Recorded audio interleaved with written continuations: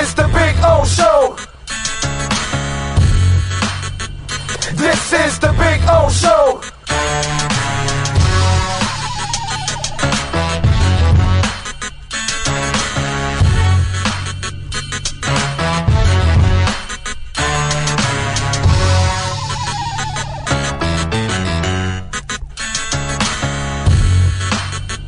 This is the Big O Show. This is the Big O Show.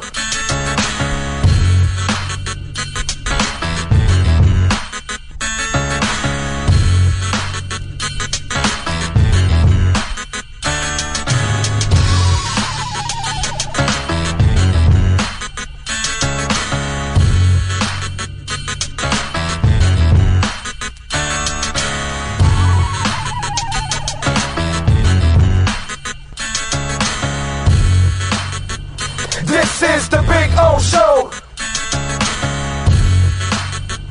This is the Big O Show. This is the Big O Show. This is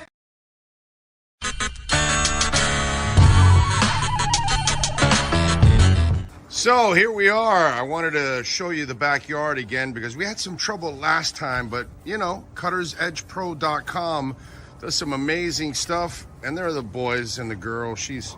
They're having fun. There we go. Right, Maiden? Right, Bono? There we go. They're having fun. I'm having fun. Look at our Sylvester palm.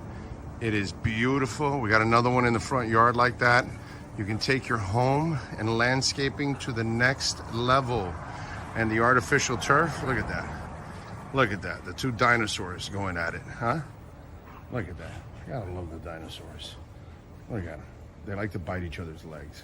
That's what they do, they play with each other and then they bite each other and they piss each other off. It's fun. One is Bono, which is the one farther away from you, and Maiden, she's the girl right here. She's a badass, that's for sure. So anyway, see the flowers are coming out. Very nice. Cuttersedgepro.com, folks. This big tree there will start budding that I'm showing you there soon. It'll have all kinds of flowers. I'll post another video and I'll show it to you. This is a backyard where everybody gets to hang out. Over there in the corner there, I put the barbecue and cook. So that way it's the farthest away from the house, you know. If I light myself on fire or somebody else, we're out in the corner away from everybody. There you go, so you can get some flowers coming out, which is a beautiful thing. And I swear by this artificial turf, it always looks phenomenal. I don't have to cut it. I don't have to water it. And so I'm saving a lot of money, hundreds and thousands in the long run, because I'm not watering or, of course, cutting the grass. And you know, here in South Florida, we cut the grass like every 10 to 14 days.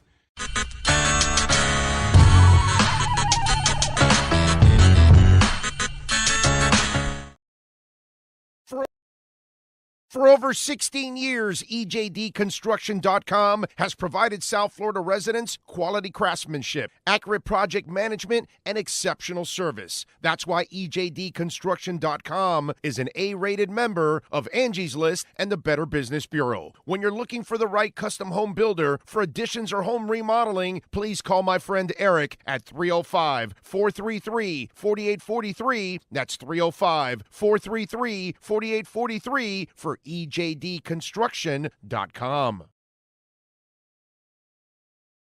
There's no need to drive around South Florida wasting valuable time looking for a new or certified pre-owned Acura. Go to the #1 volume sales dealership in the Southeast United States. Craig Zinn's Acura of Pembroke Pines. Purchase with pace and space in a dealership tailored to your needs. From home buying to providing that personal touch. Contact the 2020 Satisfaction Award winner Craig Zinn's Acura of Pembroke Pines. 888-776-5123. That's 888-776-5123. Or visit them at 15601 Pines Boulevard in Pembroke Pines. When you move, you need a reliable company led by passionate folks eager to assist its customers during a transitional process that needs to be smooth. Call Essential Moving Experts at 844-368-5750 for all your local and long-distance moving needs. You can rely on Essential Moving Experts. Mention the Big O Radio Show and get $150 off. Family owned and operated. They offer free 30-day storage, full service moving, fully licensed, bonded, and insured. Moving was never so easy. EssentialMovingExperts.com.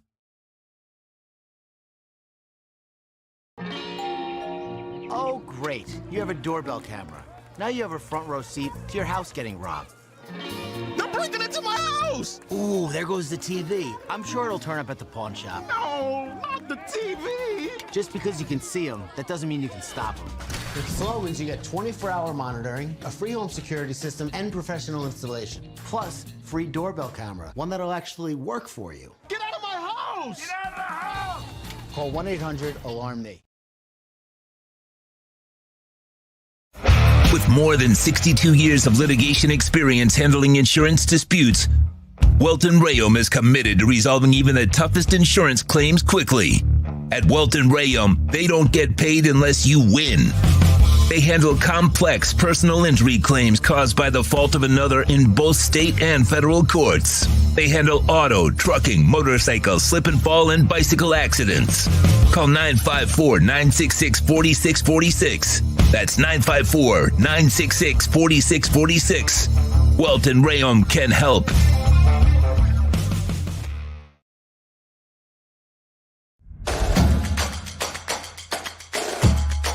Welcome to Caneswear. New store, new items, same great experience. Family owned and operated since 2010, Caneswear has the latest merchandise from the Miami Hurricanes, Miami Dolphins, Florida Panthers, Inter Miami CF, and more. Come visit us at our store in Davie on University Drive, just south of 595, or online at caneswear.com. Caneswear, the spot Miami fans shop.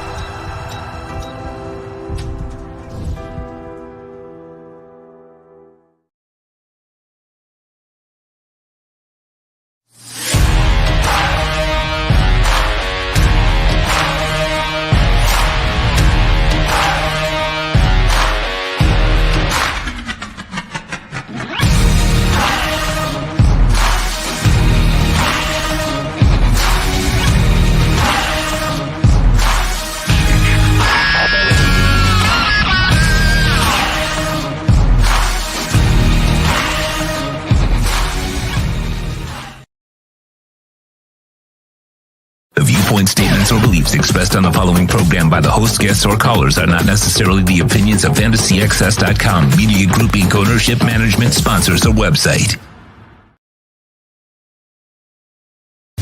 When it comes to South Florida sports teams, very few in the media have witnessed, lived, and covered it like the Big O. Let's start the program dedicated to your favorite South Florida teams with a passion that's unmatched. The Big O Radio Show is on. Here's the Big O. Hey, good morning, boys and girls. Hope you all are doing well on the show. It is Hump Day, Wednesday. Got a loaded program for you. Yeah, baby, there's Top Gun. I like it. I like it. I like it. The kind of indoor range. So they actually got archery and everything, which is actually really, really cool there at Top Gun. Anyway, so we are here, as always, ready to rock and roll, and we are going to go to Germany because Joe Shad is ready to go with the Essential Moving Experts, Miami Dolphins Exchange.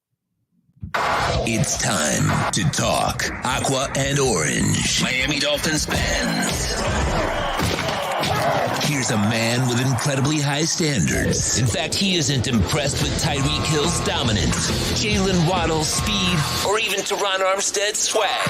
It's the Essential Moving Experts Miami Dolphins Exchange with Joe Shad. When you're looking to move your home or business anywhere in the U.S. from coast to coast, call Essential Moving Experts at 305-602-8369. Flat rates and no surprise charges. EssentialMovingExperts.com. Call 305-602-8369. Let's talk football. Here's Joe Shad. All righty. Good morning to us. Good morning to Mr. Shad, because it is afternoon over there, I believe. So tell me, did Teron Armstead have swag on the practice field today? Yeah, Big O. Teron Armstead and Connor Williams were both out there practicing for the Miami Dolphins. And from the portion of practice that we were able to watch, they look good. It looks to me like they're going to be on track to resume their starting positions. Rob Hunt did not practice today. And the way the Dolphins finished the other day was Robert Jones at left guard and Lester Cotton at right guard. And certainly there's a chance that, they could go back in that direction again on Sunday. Okay. All right. That's with the Hunt situation, the only thing with Teron, I'm kind of wondering if they do the 2-week thing that like they've been doing with other guys, where Jalen Ramsey had like 2 weeks of practice and then played. Teron Armstead, the last time he came back, they gave him 2 weeks of practice before they actually played him. Do you kind of get a feeling that that might be the same thing, that Teron's coming back? The window opened, but maybe this first week might be something of a little bit too much to ask? Remember that McDaniel said that Teron Armstead missing 4 games and needing to go on injured reserve was not a slam dunk. What that tells me is that the cautious part of this was Armstead going on injured reserve.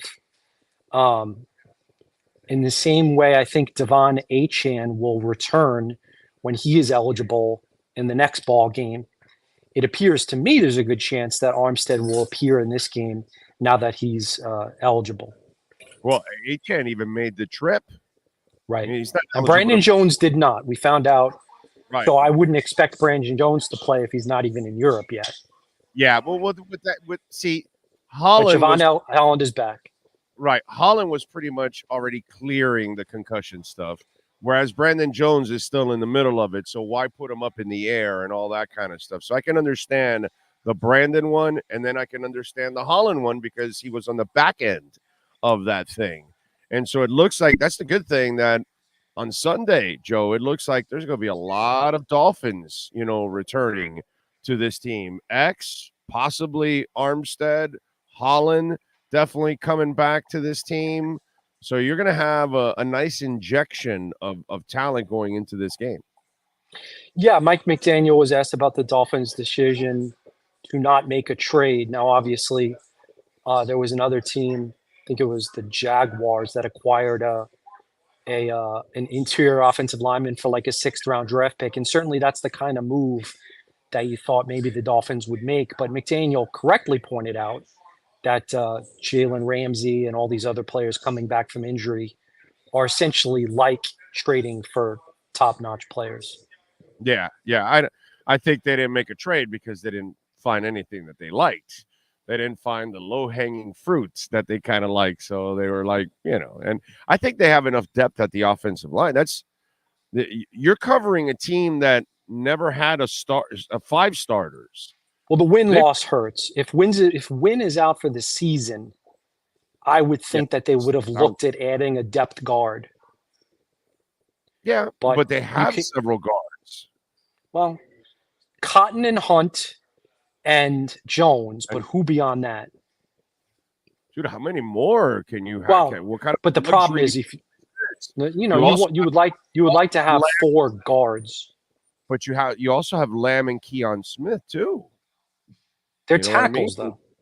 I know they don't play guard. Yeah. But how many guys can you have on the roster is my point. Because Uluave, for example, would be an emergency promotion replacement. Right, because you have 4 spares already, 2 tackles, 2 guards. As it is with your 5 starters, that's 9 already. I know. I'm just thinking about Big O, how the Dolphins have used 10 offensive linemen, and that's a lot. And somehow they have the fewest hits on the quarterback in the league. Remarkable. And they're number 1 in the NFL room rushing. Let's give credit to Butch Berry. Yes, the offensive scheme of Frank Smith and Mike McDaniel. And Tua getting the ball out quickly. But these offensive linemen have made great progress. It's been a lot of fun to watch. They're a top 10 offensive line, which is amazing. And maybe we got to stop saying that they need this, because that was the same bullshit at the beginning of the year. Hey, don't you guys? You guys are more worried about it than we are. But now you got to pay them. Who do you pay? Rob Hunt? Do you pay Austin Jackson? Do you pay Connor Williams? Now you're going to another subject. I know. No. You were talking about adding a lineman, and I'm trying to tell you they don't need to add a lineman because they have more than enough linemen at this point in time. So it's just crazy at this point when you have already enough as it is. No, I know, but a guy who can play center guard for a 6th or 7th rounder is not a major transaction. That would have just been a depth add. Yeah, no, I get that. But also, do they feel he fits what they do? Right, it has to be a scheme. You know what I mean? Yeah, the guy who went, I believe, to the Jaguars might not have been a scheme fit. I don't remember. Maybe he went from the Bears to the Jaguars, something like that. And by the way, the guy that they signed, which is Reiser, that's why they got rid of this guy. Well, Reiser also didn't fit what they do. Also, they didn't think that he was a scheme fit also at times. So it kind of goes both ways. But I think what we have to do is we have to give them the benefit of the doubt from here on out. It's something that we don't want to do as fans and as media, because for like 20 years, they haven't earned the right to trust them at all at the offensive line. But I think now we've kind of turned that corner finally. These people know how to find players. They know how to develop them. Well, yeah, Rob Hunt's a very good player. Connor Williams was a very good free agent addition. Yeah. Teron Armstead, folks will argue that the injury thing came to fruition. Austin Jackson, folks will say, well, yeah, he's doing pretty good this year, but it wasn't good before that. He didn't have proper training before that. He didn't. And Liam Eichenberg, unfortunately, is the one that it's not going to pan out. It's just not. Well, hold on a second. Hasn't he played at least half decent coming off the bench? He'll be a bust for the pick, but at least he's become serviceable off the bench, right? Because he didn't. What did the tape don't lie say last week? You know, it's funny. I actually didn't do a tape don't lie this week because of the travel to Europe. The game was on Sunday. We all traveled to Europe on Monday. Right. And I was so tired. I didn't sleep on the plane. And then yesterday I tried to get some sleep. And so I didn't watch the all 22, but your point about Liam Eichenberg is well taken, which is, it has not been a colossal disaster. No, I'm telling you, it has not been a colossal disaster as backup center. Right. He doesn't justify the draft pick.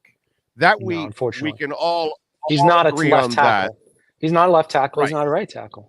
He's not a left guard. He hasn't justified the draft pick in the trade for him. That I understand. But at least for now, he's done a half decent job as a backup center, dude. He hasn't been really that much of a disaster. You know, that first game, you gave him the worst assignment for his first game. You know, it's just kind of rough, but he's gotten better since then, you know, overall. But bottom line is they have figured out this offensive line stuff. They've done, I mean, since you've been covering the team, have you ever seen this? No. Well, no. There was a time when the Dolphins had guys like Laramie Tunsil, Brandon Albert, and Juwan James and Mike Pouncey. That was a pretty good group. Right. When they were this is my 8th year back, my 10th year covering the Dolphins in total.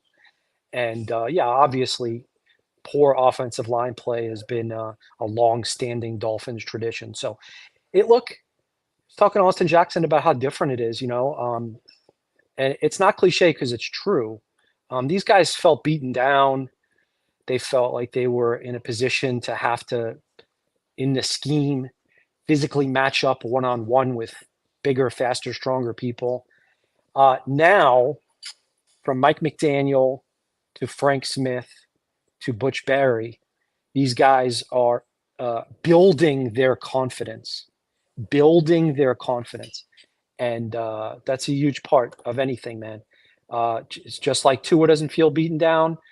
Right. The offensive linemen, they look in the mirror now and they say they're not saying to themselves, "We suck." And when you wake up in the morning and you look in the mirror and you look on Twitter and all you see is people saying you suck, that wears on you. And I don't like the word narrative because it has a negative connotation, but in a good way, the narrative for Dolphins offensive line play has changed.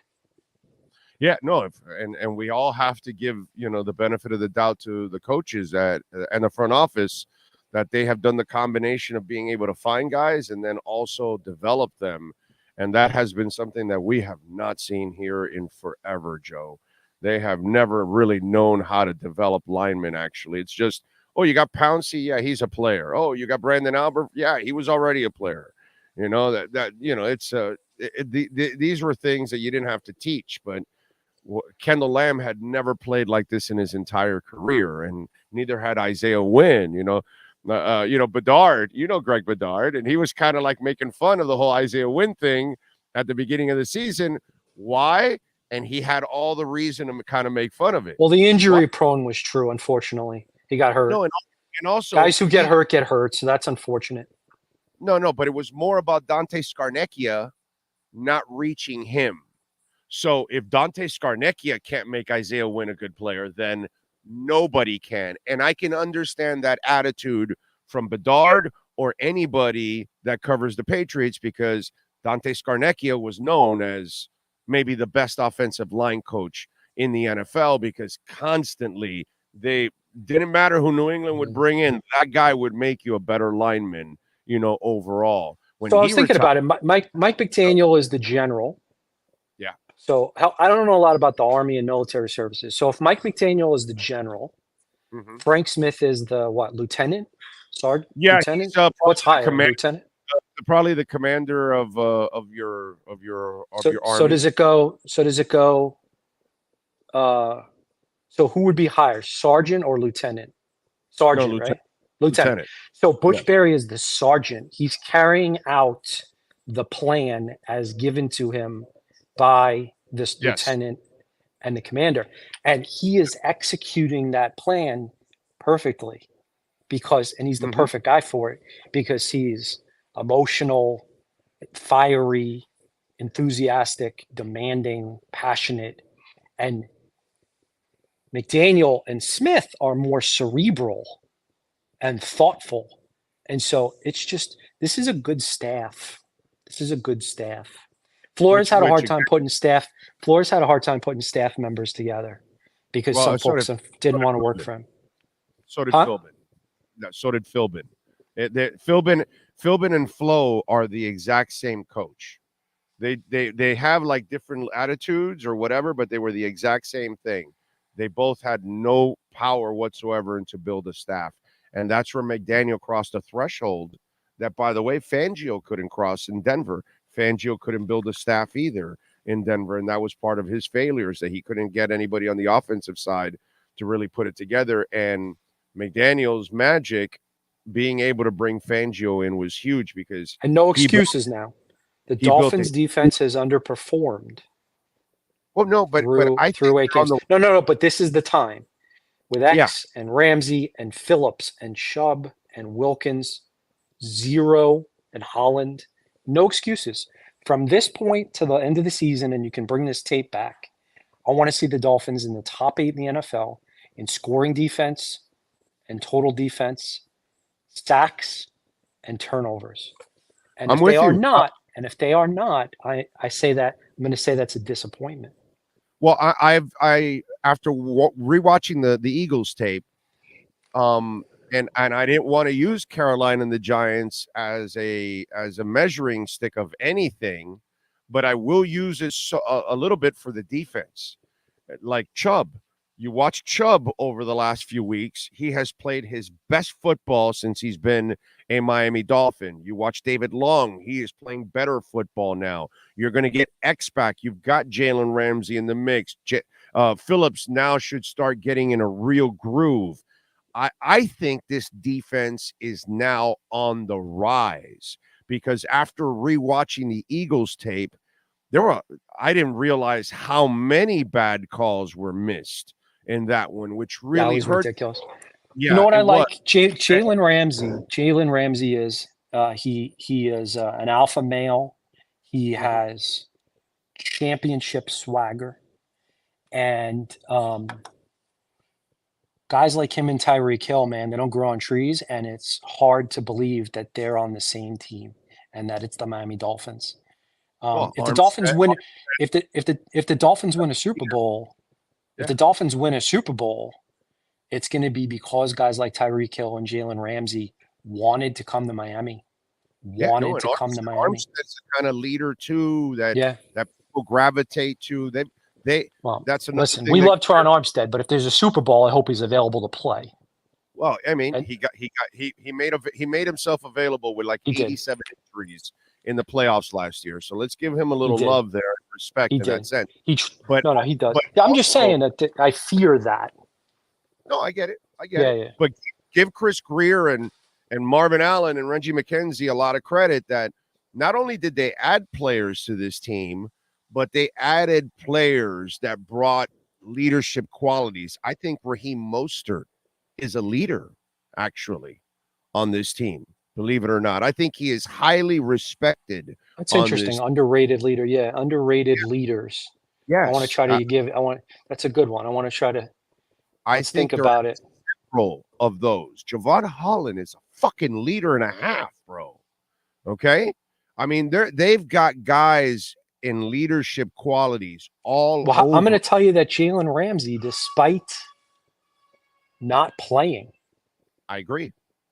I know what you're saying. Was a strong leader. Yeah. Presence. Even when not playing. So imagine now that he's playing. Presence. It's what Armstead has. They've accomplished shit. They've won it. They have the highest respect because people like Ramsey and people like Armstead have played at the highest level and have won everything. And they know that those kind of guys are elite in the way they carry themselves, the way they play. So that's why I'm saying that, the front office did a marvelous job of when they added veterans. They added veterans of quality, bro. Big O, I don't mean to interrupt you. I don't mean to interrupt. Williams. What you want about Connor Williams wanting money and all that stuff. The dude's a leader and a player, and he sets a great example for the offensive line. Big O, here in Frankfurt, Germany, the Dolphins have ended practice a little early. And so I need to go and get Tua Tagovailoa, who's going to be available shortly. Go ahead. And it's a little chilly here, but me and Marcel and David and Daniel are going to have a good time, make the best of it. All right, and I think that win or lose. I think that the Dolphins are going to win on a last-second field goal. Whoa, Jason Sanders. I like it. Yes, sir. Yes, sir. That's good. I like it. I like ending it that way. All right, Joe. Thanks for having me from Germany. Appreciate you taking time from Germany, my friend. Be safe in your travels. Enjoy it. Take it easy. You got it. There you go. The great Joe Shad. And when we talk about Sean Williams, oh, man, Brooke, and all the amazing people at Essential Moving Experts, tell them that Big O sent you. 386-213-4054. One of the things you're going to love, no surprise charges, flat rates. There's a lot of, like Marcel Louis-Jacques just hired them when he wanted to move from Dade to Broward County. And, he found out when he was calling around, they all give you ballpark figures. Yeah, we'll do it between 2,000 and 2,700. Well, what is it? 2,000, 2,200, 25, 20. Yeah, we'll do it for 700 to 1,700. Huh? No. They give you one flat rate, and that's exactly what they do it for. They'll move you from city to city, county to county, state to state, across the nation. It doesn't matter. Essential Moving Experts, over 1,700 happy customers have filed in. They said they love the experience with Essential Moving Experts. Sean Williams, by the way, huge Dolphins fan, as you can see. the colors of the business are Dolphin colors. Okay, his company is stationed in Daytona. Okay, that's where their headquarters is at. He drives down for the games all the time. So, man, use the folks to support our amazing platform, Essential Moving Experts, 386-213-4054. You've been listening to the Essential Moving Experts Miami Dolphins Exchange with Joe Shad. When you're looking for local, home, long-moving services or office relocation, call Essential Moving Experts at 305-602-8369. Flat rates and no surprise charges. EssentialMovingExperts.com. Call 305-602-8369. Miami Dolphins fans, follow Big O Radio Show on all platforms to keep up with your favorite NFL team. All right. Thank you all, as always. Appreciate you. Let's see. What do we got here? I see Alexander Barrios. That's a new name to be the number one in. Top of the morning. Oh, glad to hear the wife is home and back already. Yeah, and working, which is absolutely amazing. Anyway, good morning, Big O and Sean. Oh, wait a minute. He said, what's the word for Sunday's broadcast right now? It's in studio. If something could change, but, we'll see. I'll have any word for you by tomorrow, hopefully, if something happens. Steve Chapman is in. When was the last time we felt this good about the Dolphins? And I got to tell you something. And I know I have I've picked the Dolphins every week. Obviously, I've lost twice with the Bills and the Eagles. And, I was incredibly pissed with the Buffalo Bills lost. And I wasn't with the Eagles. And damn it, I'm sorry, but I'm convinced that this is going to be one hell of a team. And I think that we're finally seeing them turn the damn corner. I think the defense is now going to start getting much better. And this could be the game. And I'm going to pick the Dolphins again because I think that this is the franchise now with the front office, the coaching staff, and the quarterback. They have the combination now to be elite. And I'm going to pick them again this week against Kansas City because I feel like this is the team that's going to turn the corner. Now, we need some damn luck. Okay, we have not had the luck this year. There have been way too many injuries already. Dude, Teron Armstead hasn't gotten injured because he wear and tear or whatever. It's been some bullshit behind him, somebody landing on his leg or something. It's like the two injuries had nothing to do with him breaking down at all. So we need just a couple of breaks, dude. That's all I want is some breaks. It's impossible to stay healthy in this league. I know. You see it all over the place. Look at Minnesota. They just lost their quarterback for the season. And they just traded for a bad one. But that's all that's left at this point for you to have to get. I really believe in this Dolphins team. And if you followed me for a long time, I see Lisa Rose is there, and Lisa knows me personally. She knows that I never really believed in the Dolphins, in the last 15, 20 years much. I could say maybe once in a blue moon, yeah, I think they'll make the playoffs, but that's about it. I never really looked at them like this is the first time in a couple decades, man, that I really love the combination of this team. Just need a couple breaks, stay healthy, and they're figuring out this defense now. The guys are turning the corner. And if you could keep Jalen and X healthy, that is just going to make an enormous difference for Fangio up front. He can do more things with guys when he has those two guys left out on an island. So I'm just, maybe call me a homer, call me crazy, call me a nutbag, call me an idiot, whatever you want to call me. I deserve it. But I believe in this team. I really do. And maybe they'll prove me wrong, but I think they're going to prove me right. I think they're going to turn out to be one hell of a team, and there's going to be one hell of a season. And I really feel like what we've been waiting for the defense to complement this offense a little better and put less pressure on the offense, I think that's coming. I really do. And let's hope that this is the week where we see those signs. Steve Chapman is in.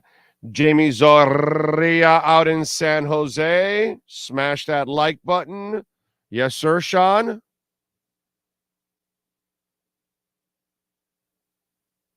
Yes, Sean. Can't hear you. Can't see you either. No, you see the best part of me. Can you hear me now? Yes, sir. Okay, all right. So Craig Mish retweeted this from Mike Mazzeo from Legal Sports Betting. Okay. It says, big in-person sports betting news in Florida.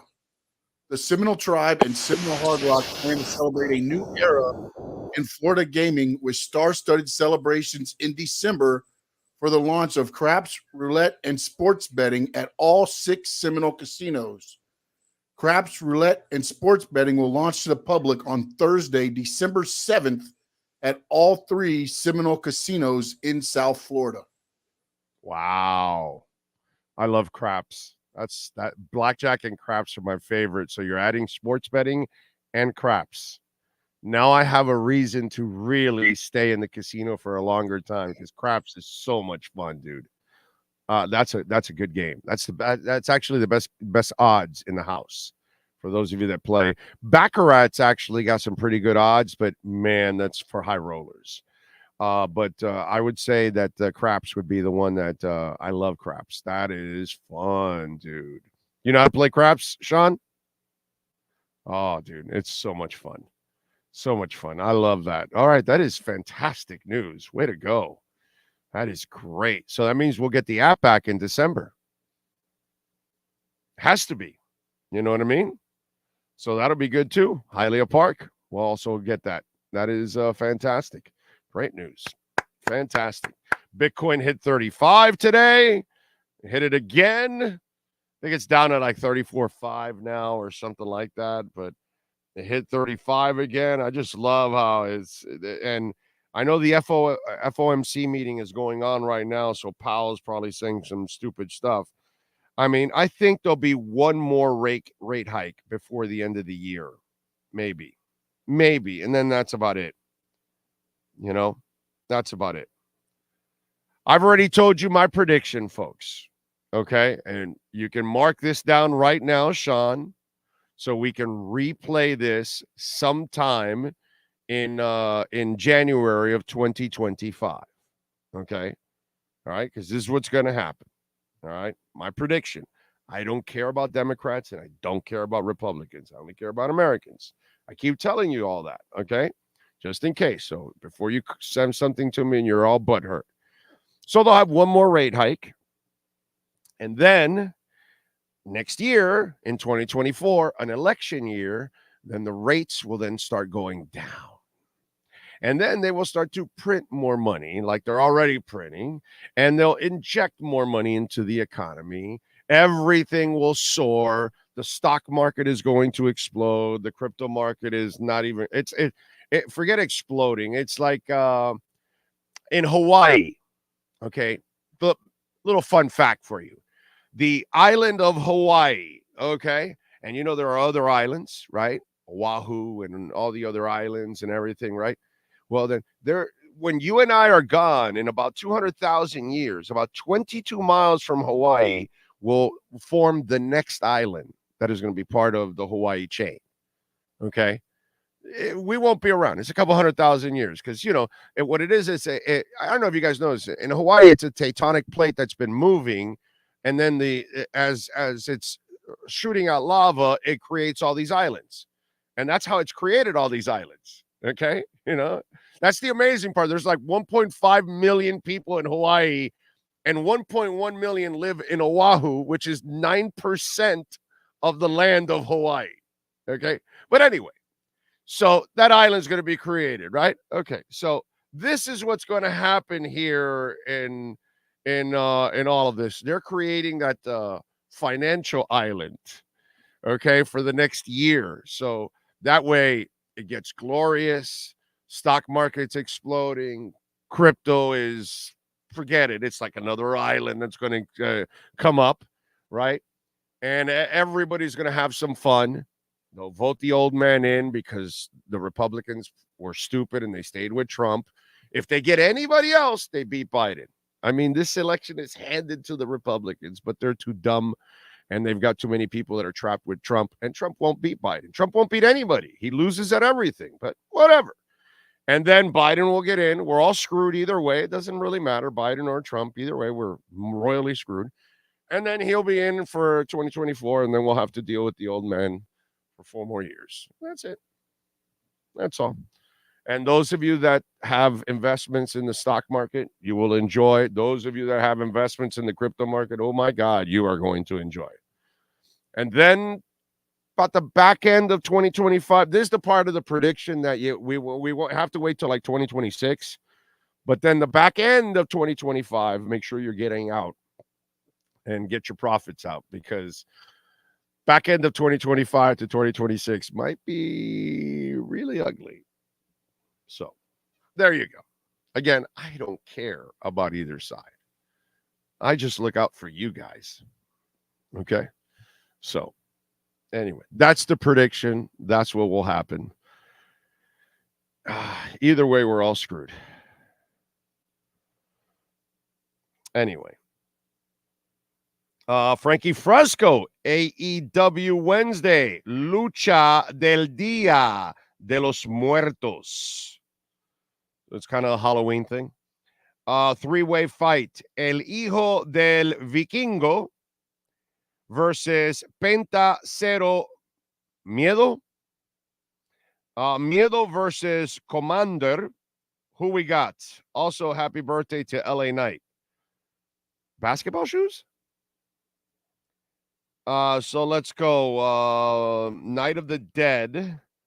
3-way fight. Hijo Vikingo versus Penta Zero and Miedo versus Commander. So, well, this is the Big O show. So we'll go with Penta Zero, since he's got some kind of an O. He's got a 0. So we'll go with Penta Zero versus El Hijo de Vikingo. And, the Vikingo, he just lost his quarterback. And they just traded for Joshua Dobbs. This Vikingo can't be too strong right now. So we're going to go with Penta Zero.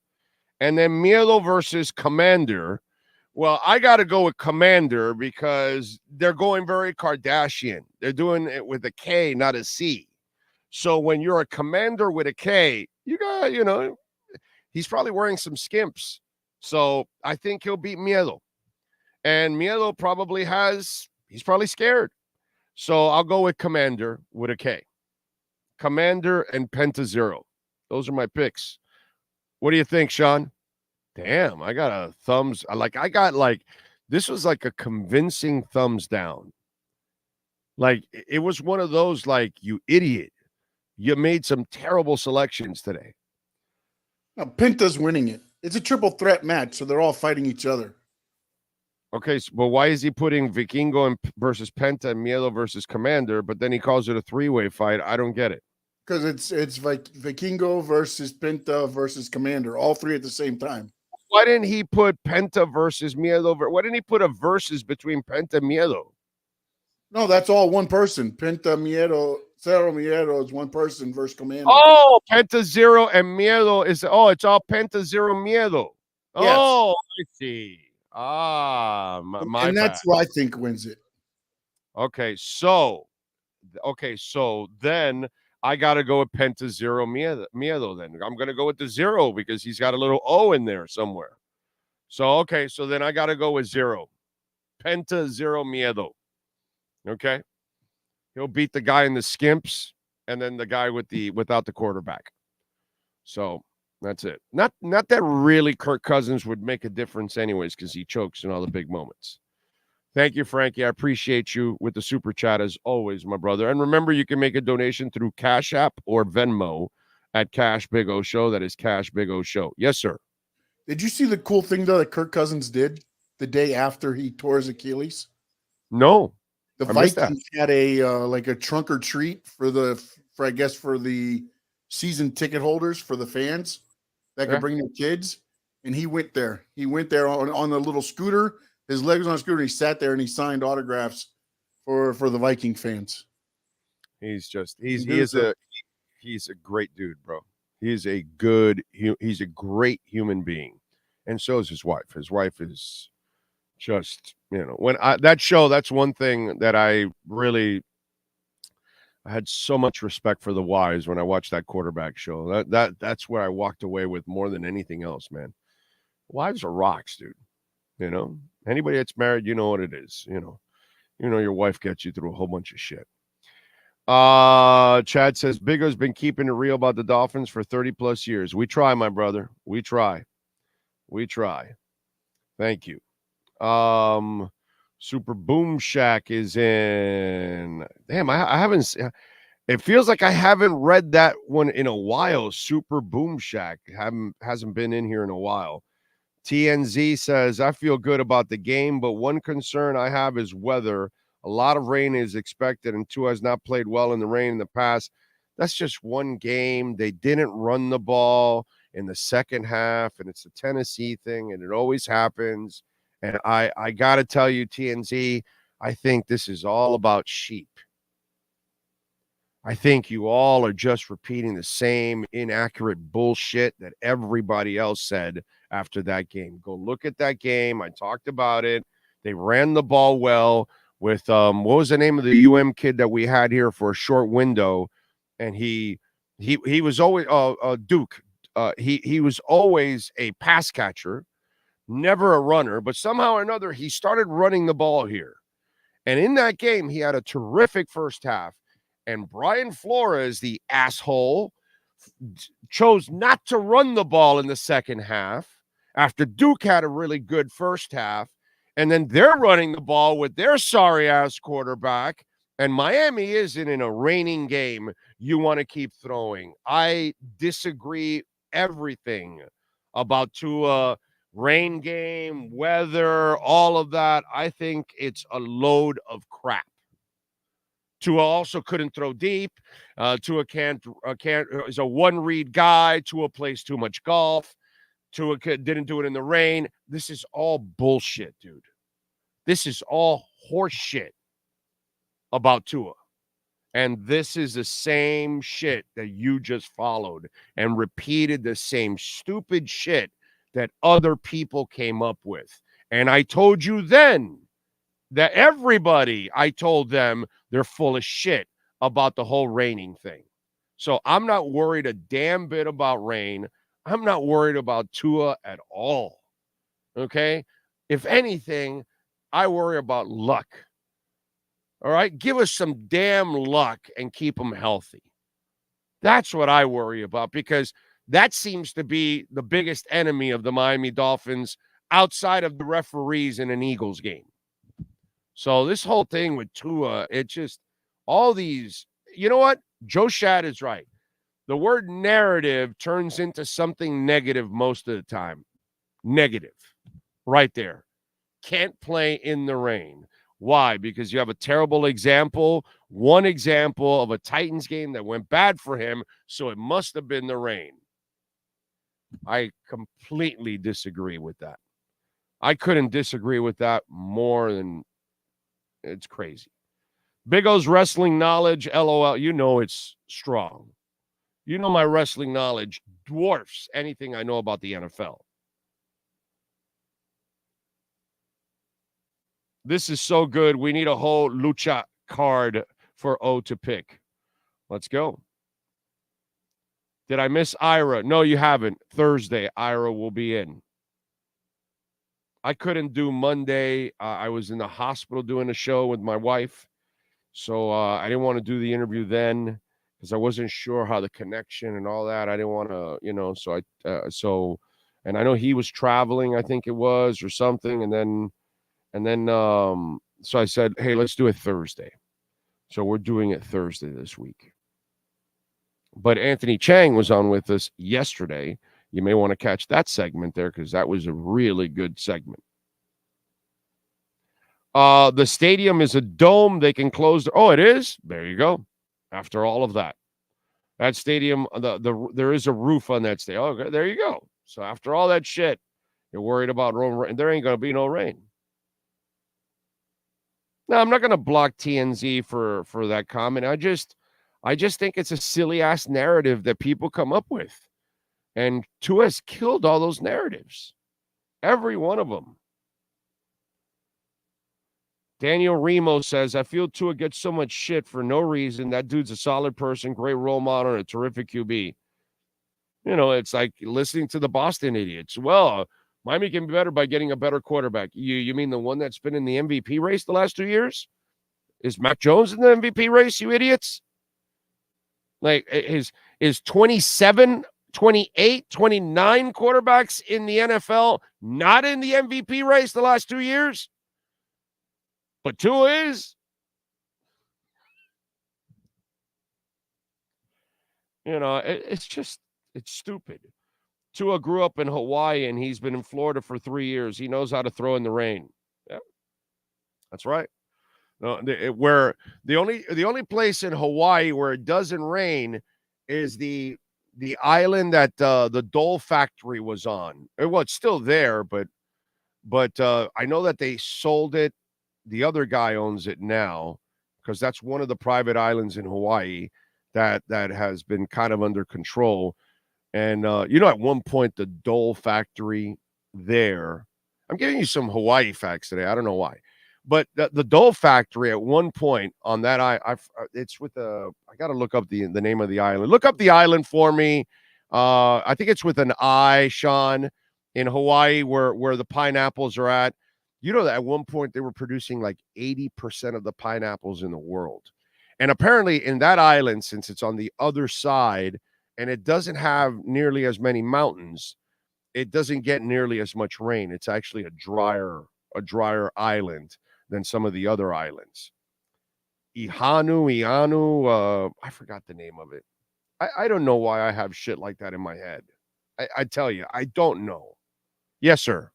The one that's called Pineapple Island is called Lanai. Lanai. That's it, Lanai. That's the Dole pineapple plantation. Yeah.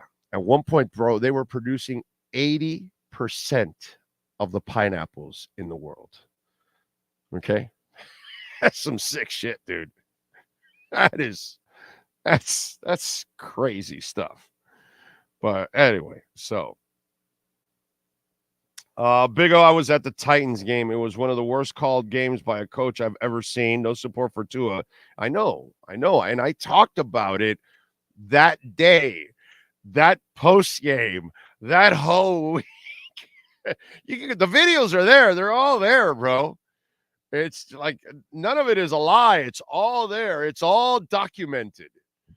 And I talked about it there at that point. I still remember how pissed off I was that the first half, Duke has a terrific, and I didn't believe in Duke as a runner, okay? I just think he got on a little roll here, and, at that point, milk it, bro. It wasn't like you're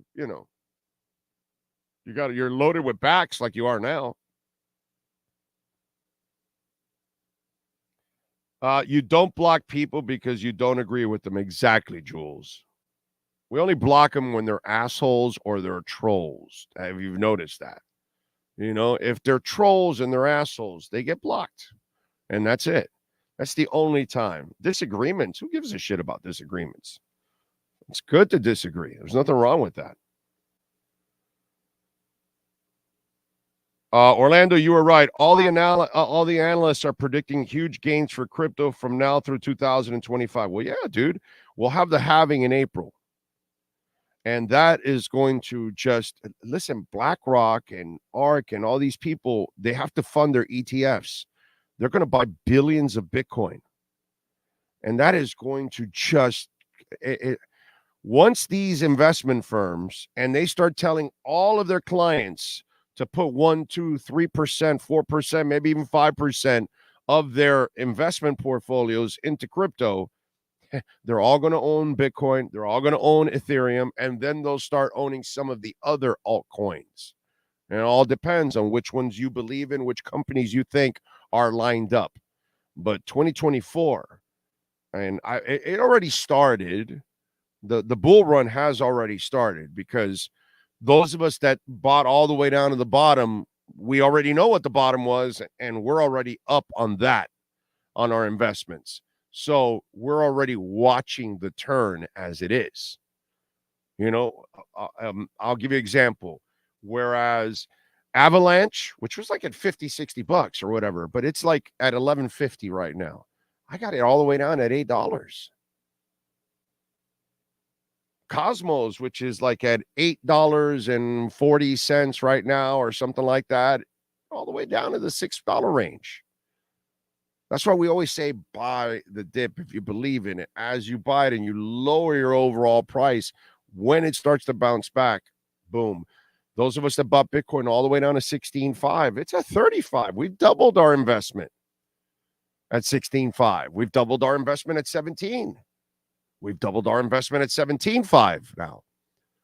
So as you go up and as it continues, we're continuing. And if you invested at 20, when it gets to 40, you've doubled that investment too. Ethereum went all the way down to 900. It's in the 1800 range. We've all doubled our investment when it was at 900. We're about to double it at 1,000. And if you got it at 1,100, pretty soon you'll double that too. Ethereum's about to turn a corner now, maybe hit to 2,500, I think, before the end of the year. But anyway, so it all depends. If you follow this, then you'll understand it and you'll know what you're doing. But the reason why all the analysts are now finally getting on board to what we've been talking about for 2 years, it's because it's what I've been telling you for 2 years, that mass adoption is coming. You are coming to our turf, our little turf. Okay?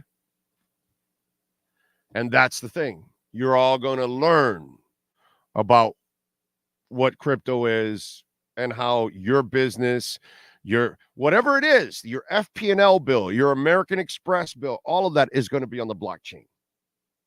Automatic. It's going. American Express will cut a deal with somebody, Cosmos, Avalanche, Ethereum, Polygon, whatever. And they're going to be on the blockchain, and you're going to be making your payments, and it'll all be on crypto exchanges eventually. It's the inevitable. So you'll see. You will see. So Green Lion, as I've been saying, listen, anybody tell you 2 years ago that banks were going to start disappearing? That's some crazy ass shit to say 2 years ago. Oh, look, banks are disappearing. Told you guys. I have not been bullshitting you guys. Oahu, we visited the Dole factory, but maybe it's not. No, not in Oahu. That's not the main one. They own the island. It's the entire island they own. Yeah, Oahu's crazy, dude. It's only 8 or 9% of the entire, territory of Hawaii. Like, Oahu has 1.1 million people, right? All of Hawaii has 1.5 million, I think, something like that. I don't know. Pretty close to it. And like the big island of Hawaii has maybe 250,000 people in it. And it's like, 4 or 5 times, 6 times the size of Oahu. And Oahu has 1.1 million. That's because of Pearl Harbor, because that's where it all started and all that. You guys know all that stuff. So that's because of Pearl Harbor. Dougie Fresh. Oh, an odd music topic. Iceland. Okay, Bjork. A country of only 375,000 people has produced many of the musical talents. Bjork. Monsters of Men. Sigur Rós. And countless others with less population than Miami. Yeah. By the way, all I hear is great stuff about Iceland. And people talk to me about it all the time. They say it's like a really cool place. But yeah, I like Bjork. She's good. I always loved her in the Sugar Cubes before. By the way, are the Sugar Cubes from Iceland? Like, she's from Iceland. You know what? I never realized. You know what? Sorry, Sean. Please look it up for me. The Sugar Cubes band. You know, I never realized that. I never even thought about that. Like, I know she's from Iceland, but I don't know if her band was from Iceland. And she, like, you know, yes, sir. The Sugar Cubes were an Icelandic alternative rock band from, Okay. I'm not even going to try to say it. Okay. All right. All right. For those of you that have never heard of the Sugar Cubes, look up the Sugar Cubes and look up the song Hit. Okay? Really good song. Really exceptional song. It's a good band, actually. But she did better on her own. She was better on her own. Not like Natalie Merchant. We've talked about that before. That 10,000 Maniacs music was way better than her solo stuff. Her solo stuff was all right, but not even close to the music she made with the 10,000 Maniacs. Whereas Bjork was better solo than she was with the Sugar Cubes. That I give her credit. Anyway, Miles Deep says, good morning, Big O and Sean. I hope all is well this past week. Prayers, greetings from Vegas, everything. We are blessed, man. The wife got through it, and she's gone to work, and all is well, man.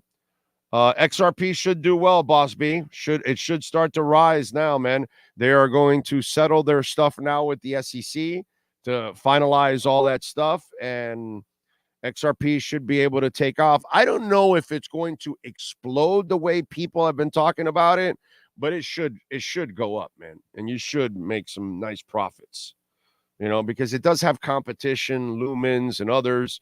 So that's the thing. And XLM has not had any lawsuits or anything, so they've been able to build inroads too. And remember, the former owner of the owner of XLM is one of the former creators of XRP. So he left XRP, and he left it with I think it was like $5 billion in XRP, and he's been selling it off, you know, over the years. So there's some competition there. Vegas traffic is getting crazy with F1 around the corner here. Tracks look crazy. That's going to look so cool in Vegas, man. That is going to look. I wanted to go to that event. Joel says, Big O, let's say the Dolphins get home field advantage all the way through the playoffs. In your mind, what is the percentage we make it to the Super Bowl?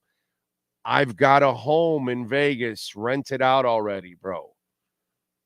I believed in this team last year, that I thought maybe by some craziness, you know, they may be able to get there, but the injuries were this year. I'm convinced they have the team. Like last year, I prepared just in case, because you just never know. Crazier things have happened. This year, I'm more convinced than ever that this team can be a Super Bowl team. Why do you think I was so pissed in the Buffalo loss? Because I know they're better than that. I know this isn't a Dave Wanstead team, a Cam Cameron team, an Adam Gase team, a Brian Flores team. I get it, man. I get it. Most of you are jaded. Most of you have trouble believing in the Dolphins. Most of you have trouble having faith in the Dolphins. All of that kind of stuff. Okay? I get all of that. I'm willing to go out on a limb, man. I think this is going to be one hell of a team. You know? And I want them to go out there and show their wares, man. They got depth. They got coaching. They got front office. I think we've got the best combination we've had in decades. And I've seen a lot of Dolphin football, and I've seen a lot of bad Dolphin football. This is a great team. They just got to put it all together. Who's the greatest artist to come out of Miami? God. Gloria Stefan is definitely one of them. Casey and the Sunshine Band also, because my God, Casey had 4 billion hits. Trying to think of, look it up there for me, Sean. Artists from Miami, because I know I must be forgetting something that that's really obvious that I'm forgetting, and it might be great. Pitbull, yeah, but I put Estefan and KC in front of Pitbull, because these two are original music where Pitbull does a lot of the stuff that he, you're kind of taking things away from other songs and stuff like that. And he's done a great job. Look, I'm a huge fan of Pitbull early days. Like, I have a lot of his early day stuff, and I really love his early day stuff, But Expose is not bad. Poison. I don't know what that means. I don't think it's he must be talking about something else. What else? Monsters of Men are really good. Their debut album was outstanding, says Eric Storm. They have a list, and Enrique Iglesias is on number 1. Yeah, well, that's Spanish, but I would not put Enrique Iglesias there, but whatever, I get it for Spanish. Trick Daddy, not bad. Expose, not bad. Blondie is not from Miami. Blondie's from New York. And CBGBs and all that, bro. That's where they started. They're in New York. Two Live Crew is from here. What's on that list? Give me the names. Sean Kingston. Okay, he's terrible at riding a jet ski. Ricky Martin. Flo Rida. Oh, there you go. A little Flo Rida. DJ else? Khaled. Or Khaled, DJ whatever Khaled. it is. They've got Jason Derulo on here. Is he from Miami or is he? I don't know, but he loves to They also have Iggy Azalea on here because when she came to the U.S., she took Miami as her home, but she's not technically from Miami. So neither is DJ Khaled. Yeah, so I mean, I think they just adopted it, so they used them as part of it. That's why I was looking at the list. I was kind of like, I get it. Iggy Azalea has a butt that belongs in Miami. But, not from Miami. Vanilla Ice, yeah, all with one hit. Shit, I'm going Gloria and KC. You haven't given me anything bigger than Gloria and KC. Tone Loc.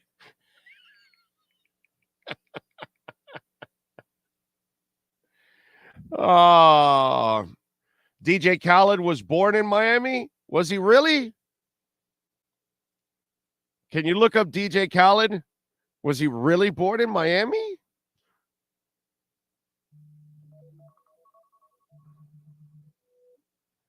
That's a new one for me.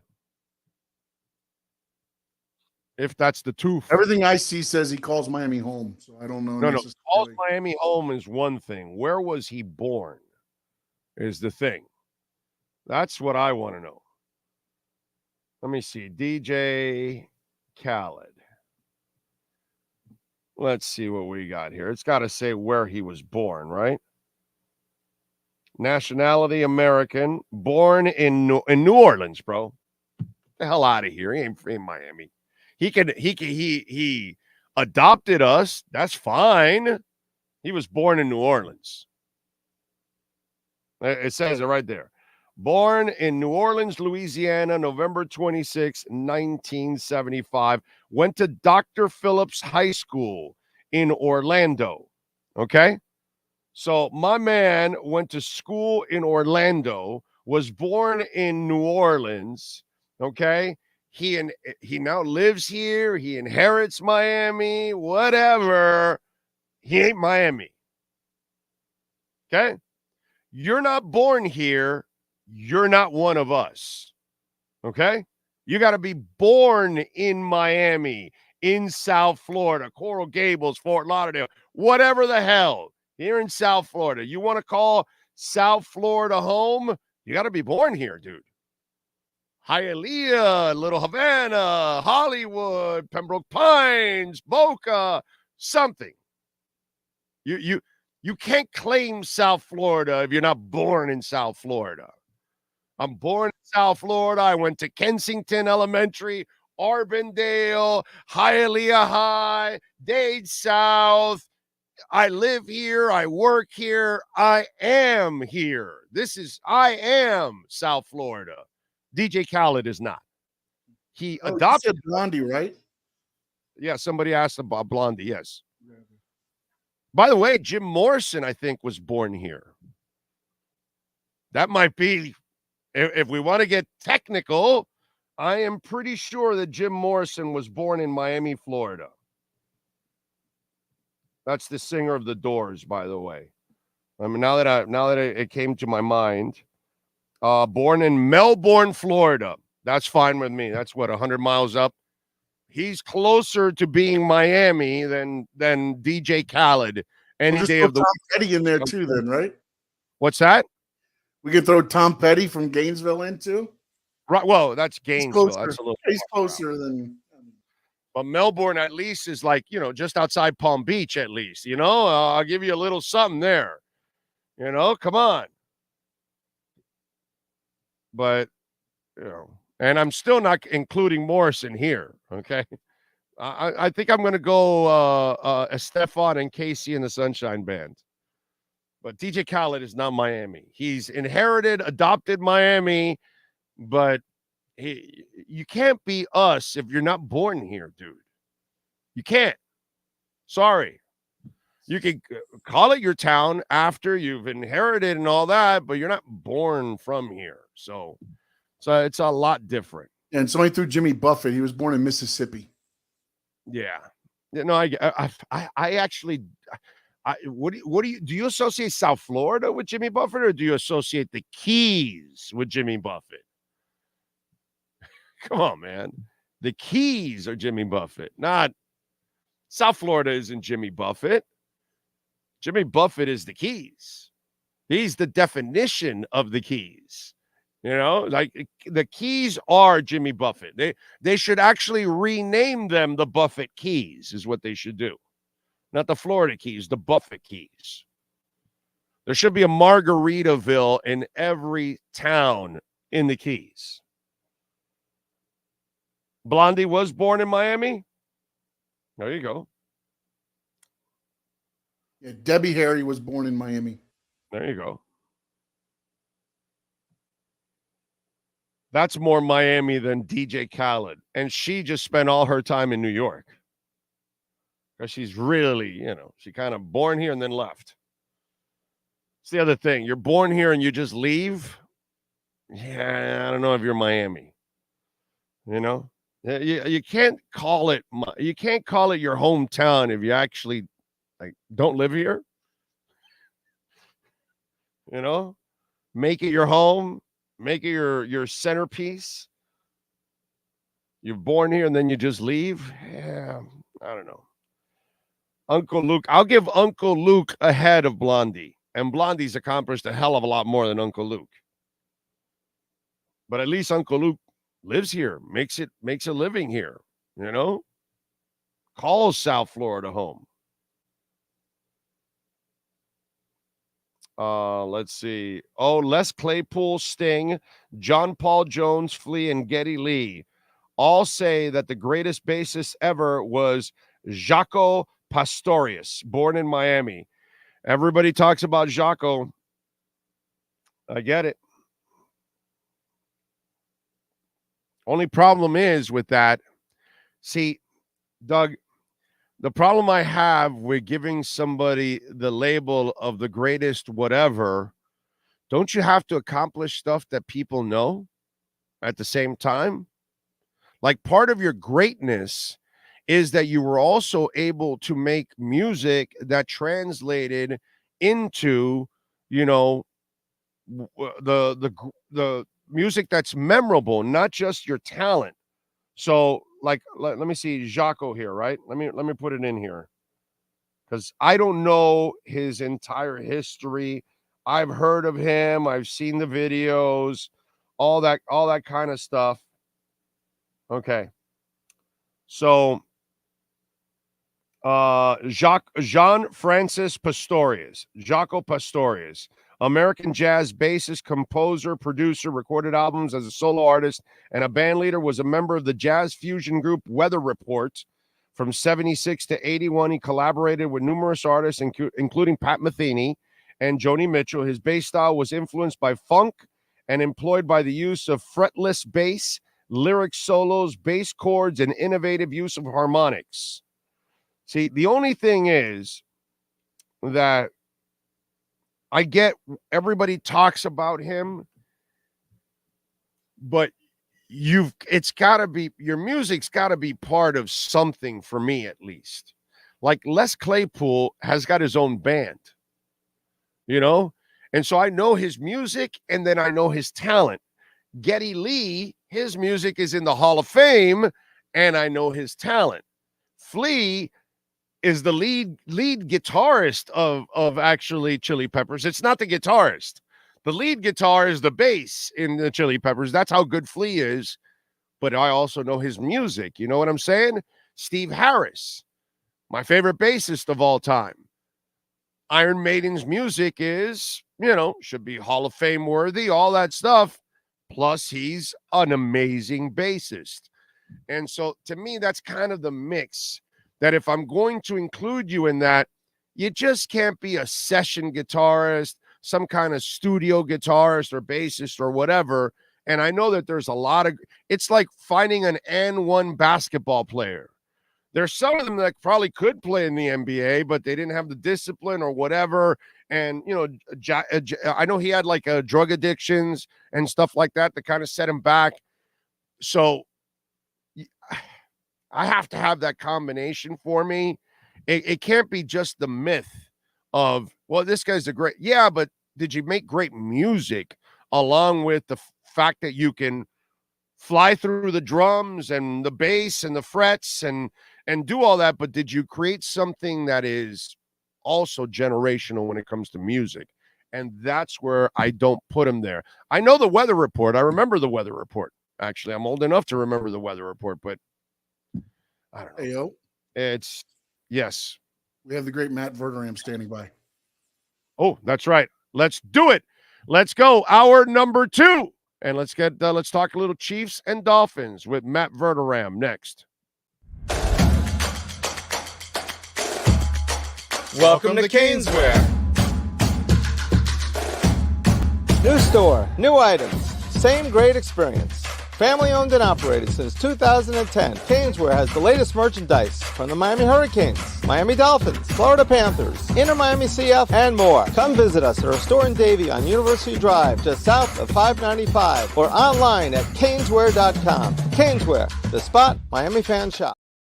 The viewpoints, statements, or beliefs expressed on the following program by the host, guests, or callers are not necessarily the opinions of FantasyXS.com, Media Group Inc. ownership, management, sponsors, or website. When it comes to South Florida sports teams, very few in the media have witnessed, lived, and covered it like the Big O. Let's start the program dedicated to your favorite South Florida teams with a passion that's unmatched. The Big O Radio Show is on. Here's the Big O. Baby, Miami and Kansas City. Are you ready? I am ready. I am looking very forward to this football game. This might be the best game that has been played this year. So I am very excited. In fact, I'm very excited for this week. You have Philly and Dallas, Cincinnati and Buffalo. I mean, there are a lot of games, even Seattle and Baltimore. But yes, very much looking forward to the Dolphins and the Chiefs kicking off Sunday. So what did the Broncos, what is it that they've done to the Kansas City Chiefs in the 2 games that they've played? Because I know he got like 300 yards still in that first game, but they only scored 19 points. They didn't score a ton of points. So, and I know that they were talking about it, that people are going to see what the Broncos are doing and that others are going to try to copy it. So what did the Broncos do to slow the offense of the Chiefs? Well, in the first game, the Chiefs slowed the offense of the Chiefs because they had over 400 yards. Mahomes threw for over 300. He played what they bogged down the red zone. You know, they had a ball that got tipped in the air. It was a throwaway that got tipped up and got picked off in the end zone. And then they ran one of the worst fake field goals you'll ever see in your life on a like what would have been, I think, like a 24-yard field goal or something. So the first game was more like just genuinely really self-inflicted weird stuff, but they moved the ball all night long. On Sunday, that was a combination of Denver did a really nice job of being able to make Mahomes hold the ball. They didn't blitz a ton. They dropped a lot of guys. And the Chiefs just were horrific in the game. I mean, another game, 5 turnovers in the game. Mahomes obviously was ill, but I don't use that as an excuse. He played atrocious football. They also got away from the running game. Like they've had 2 games this year they've lost. And in both of those games, Isaiah Pacheco hasn't had 10 carries. And in every game they've won, he's at least had 12. He had 8 carries. He was running fine. He had 5 yards an attempt. They just stopped using him. I think, look, at some point, and Travis Kelce on his podcast this morning blasted the daylights out of their offense. Like it's wrong routes being run. It's dropping the ball. And that's happened in spots all year, but they've just overcome it. It culminated and came to a head in Denver, along with some really poor play from their quarterback. I actually think the Dolphins defense is turning the corner the last couple of weeks. I didn't want to count the New York Giants and Carolina, right? Because like you're playing shitty teams. Yeah. But then you started to see they actually caused a lot of problems for Philly. And then there were a lot of calls that weren't made in that game. It was probably one of the worst ref games I've ever seen in my life. I didn't think it was that bad. And then somebody put a tape together of all the calls that were missed in that game. And it was pretty irresponsible on behalf of the NFL. I would hope that they find the shit out of those refs. But they actually didn't play that bad in the Eagles game if you watched it. And then, this past week against, obviously, with the Patriots, and Chubb is playing better. Now they got Ramsey back. Now they're going to get X back. They held them back last week from returning just to kind of take precaution. I think things are going to get better with those 2 corners out there because it will allow them to do it. Javon Holland he's out of concussion protocol. Right. The coach said today, so he's going to be back. I think the Dolphin defense is now going to start playing its best football from here on out. And if I tell you that X and Ramsey are going to play against Kansas City, so that'll be the first team to face those 2 guys, and then you get Holland back, what kind of problems does that cause for Kansas City, or can it?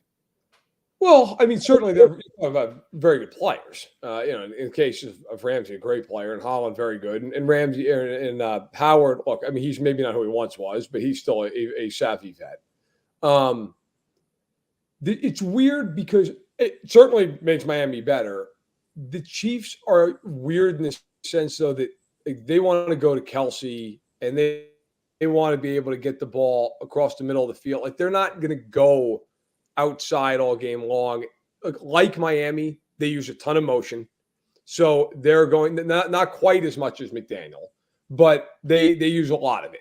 And they use it in the same way to get guys open, scheme them open. And they have to, because unlike Miami, they don't have the receivers. I mean, the Chiefs receivers are a tire fire outside of Rashee Rice. So I think it does matter. And if you're Miami, you obviously know Kelsey's a huge part of this.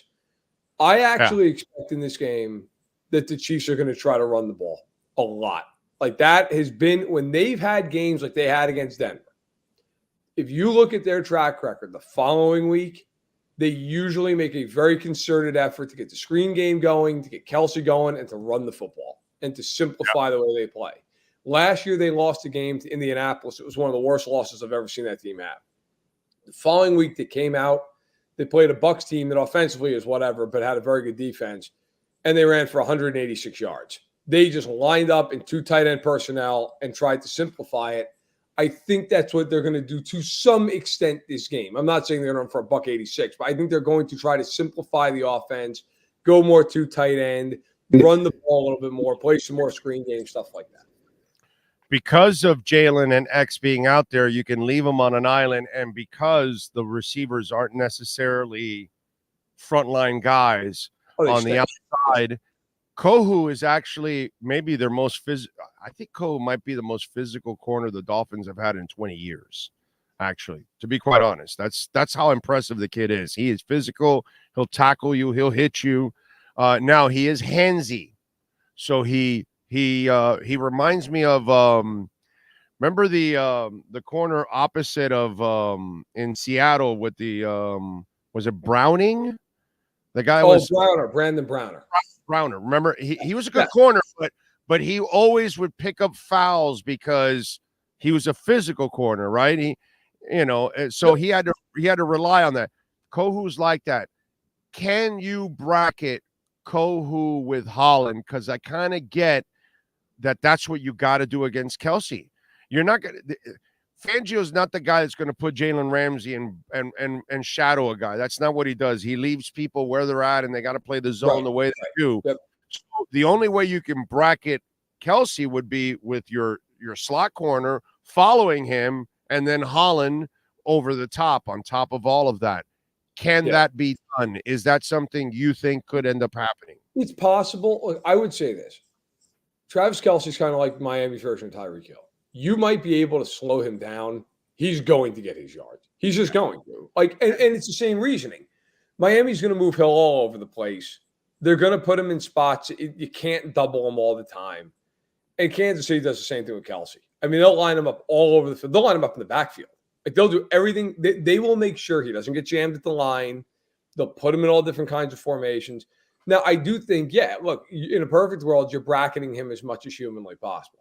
You're certainly not going to go with the Brandon Staley method of playing nobody in the middle of the field and then just watching him catch the ball, turn around, run for 40 yards every play.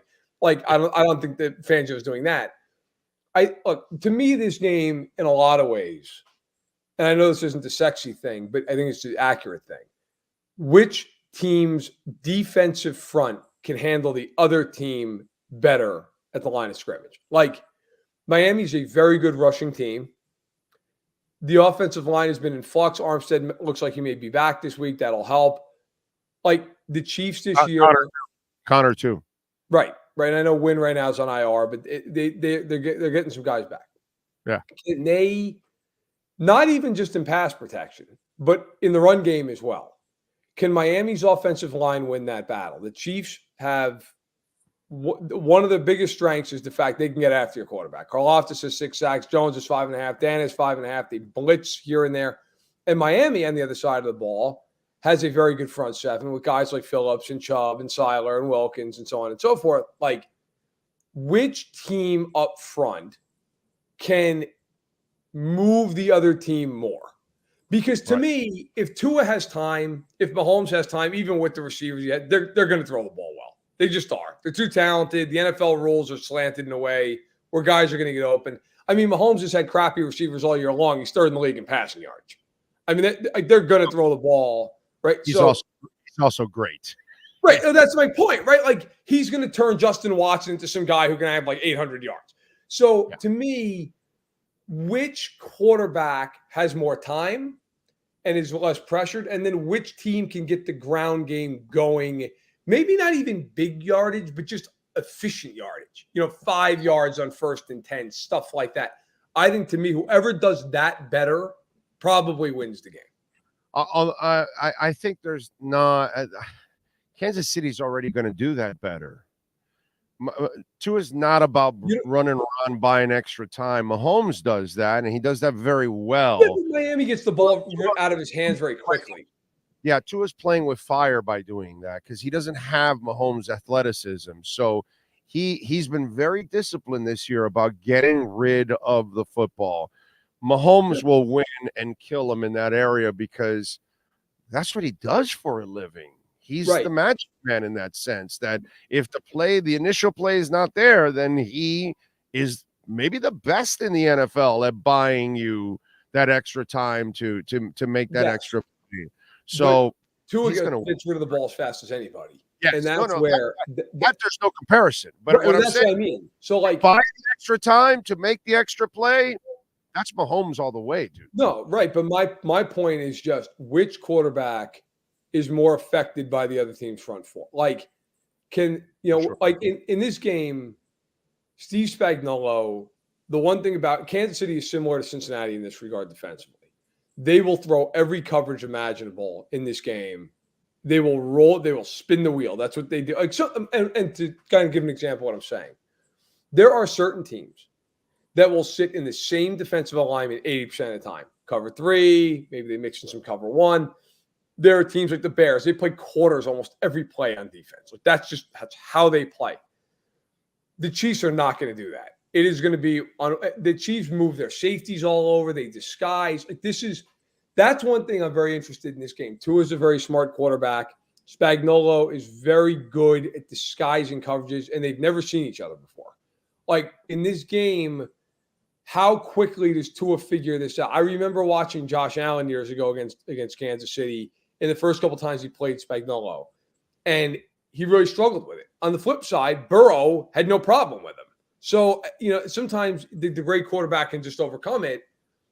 I really do think this game, though, is a lot of who can, with their defensive front seven, affect the other team. Because look, both teams have good corners.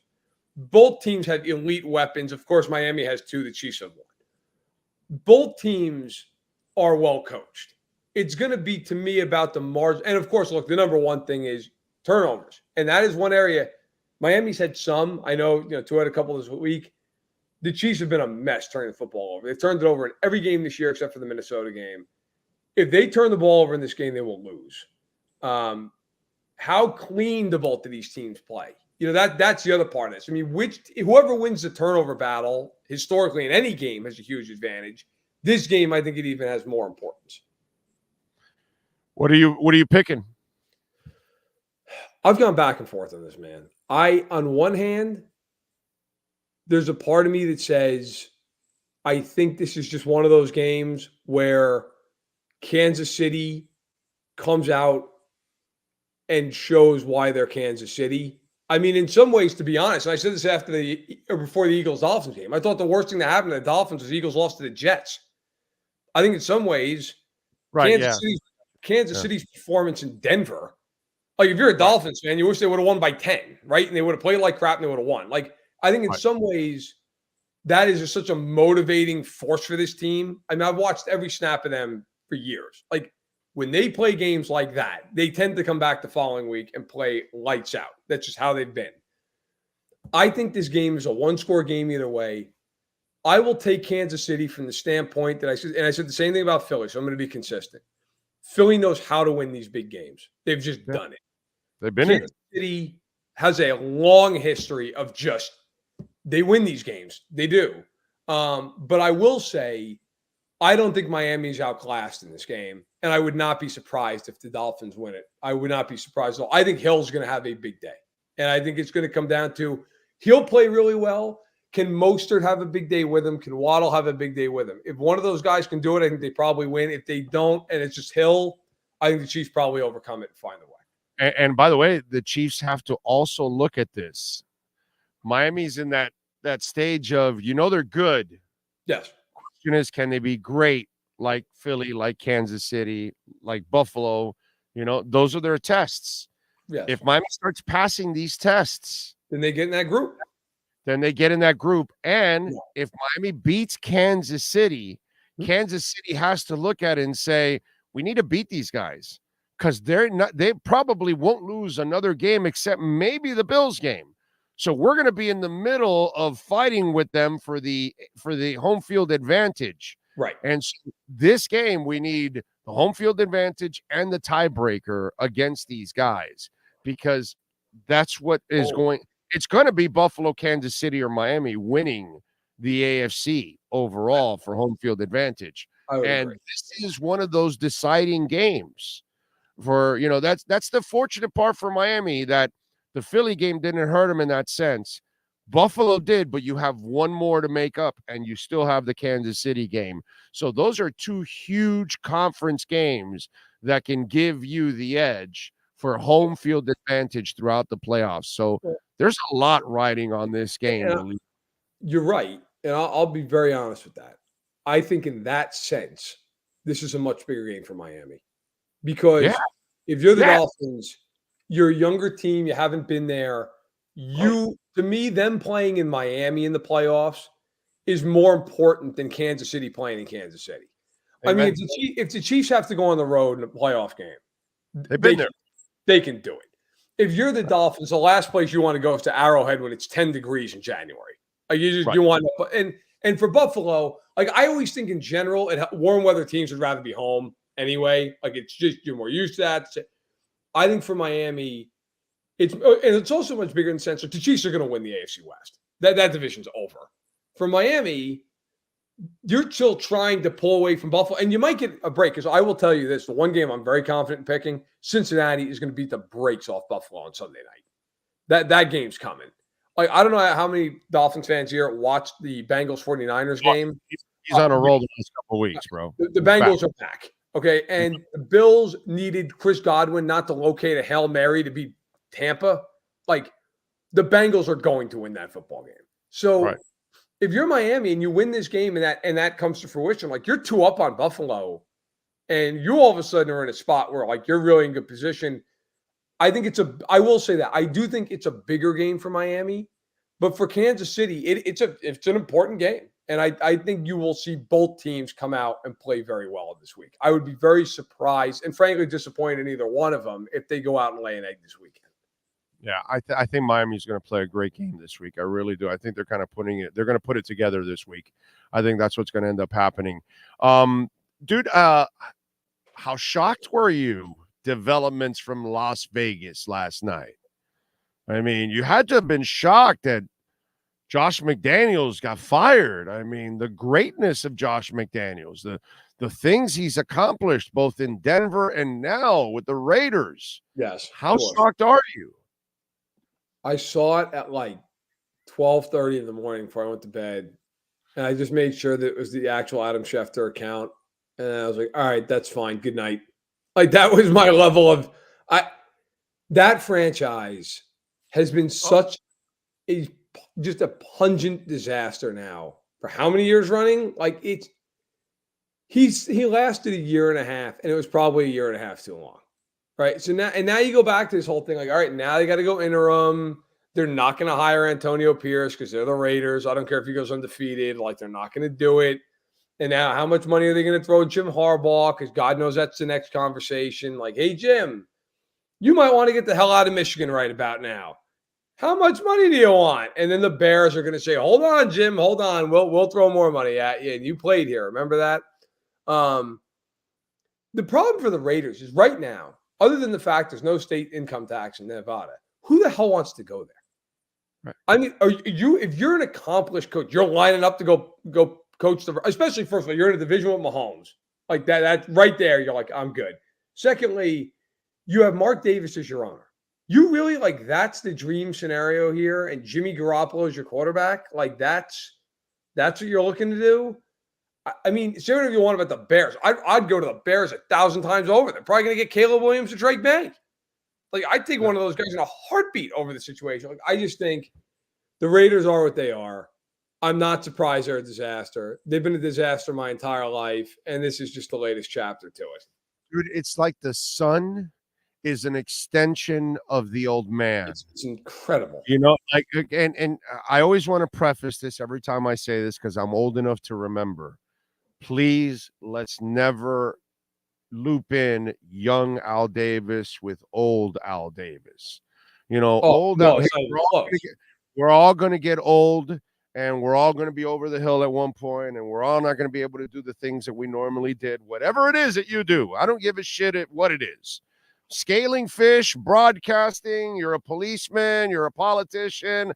I shouldn't say a politician. You can die literally in politics because that's what Feinstein did, right? She kind of died. Anyway, so the bottom line is the early Al Davis is one of the 5 most important people in the history of the NFL. Yeah. That's not up for discussion, okay? Really? If you don't know enough of the history of football, I can't help you. But Al Davis is one of the 5 most important people in the history of the NFL. Your guy Hunt, by the way, is one of the other 5 guys. Yeah. But anyway, that's another conversation. But the back end of Al Davis's career, when he was too old, was a train. When he was, timing a Maryland a lineman named Campbell running oh yeah, you'll be a first rounder. Let's go. You know, that Al Davis was unfortunately off the wheels. It was a joke. And the son is exactly the duplicate of the latter part of Al Davis, dude. It's the same buffoonery that we've been watching by the last 20 years of Al Davis. By the way, on a side note, because it just happened, they are benching Jimmy Garoppolo for the rest of the season and playing Aiden O'Connell. So there you go. So the Raiders are just in full bloom. And who tweeted it? Because I'd like to give them some credit. Somebody reported out there, and I'll find out what I'm saying. Ian Rapport. Ian Rapport says, ask the Raiders source why the benching. Answer, quote, he's our best quarterback. That's good. So Jimmy Garoppolo got paid $72 million, I believe it was, without looking, $72 million to play 6 games for the Raiders. And he's been usurped by Aiden O'Connell, who got sacked 6 times by the same player in one game and had multiple turnovers. The Raiders might not win another game. Just tossing that out there. I think that's the plan.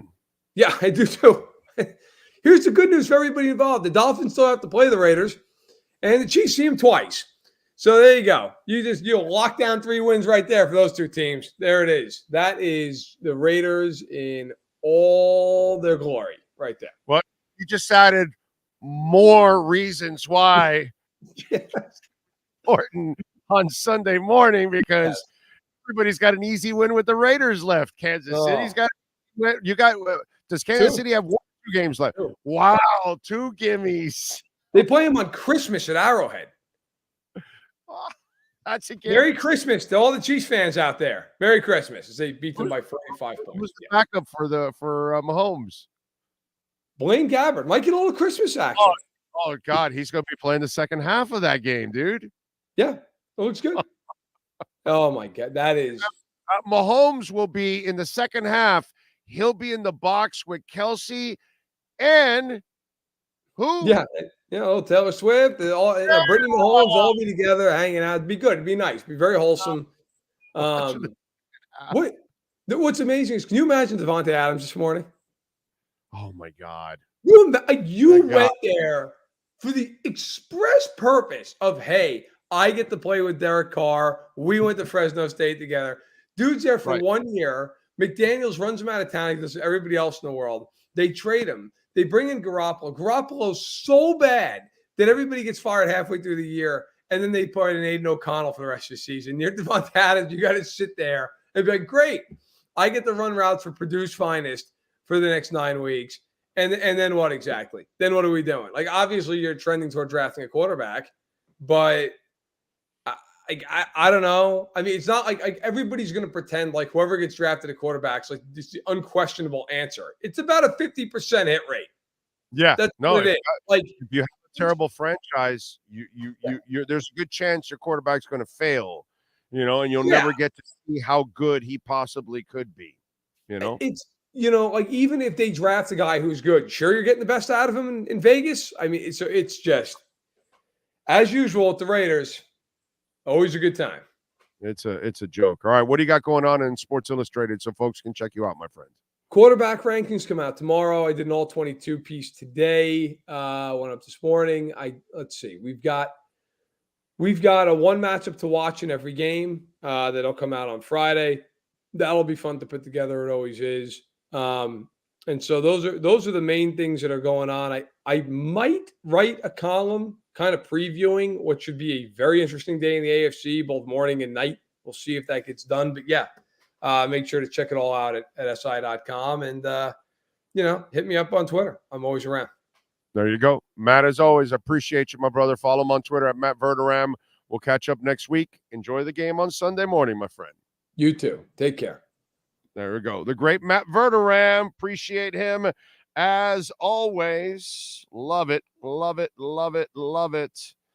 By the way, baptisthealth.net/ortho. They're the official sports medicine provider for the Miami Heat, Miami Dolphins, Florida Panthers, Inter Miami CF, FIU, FAU, Orange Bowl, Miami-Dade County Public Schools, Miami Open Tennis, Miami Marathon, and half marathons, amongst others. Make sure you visit our friends at baptisthealth.net/ortho.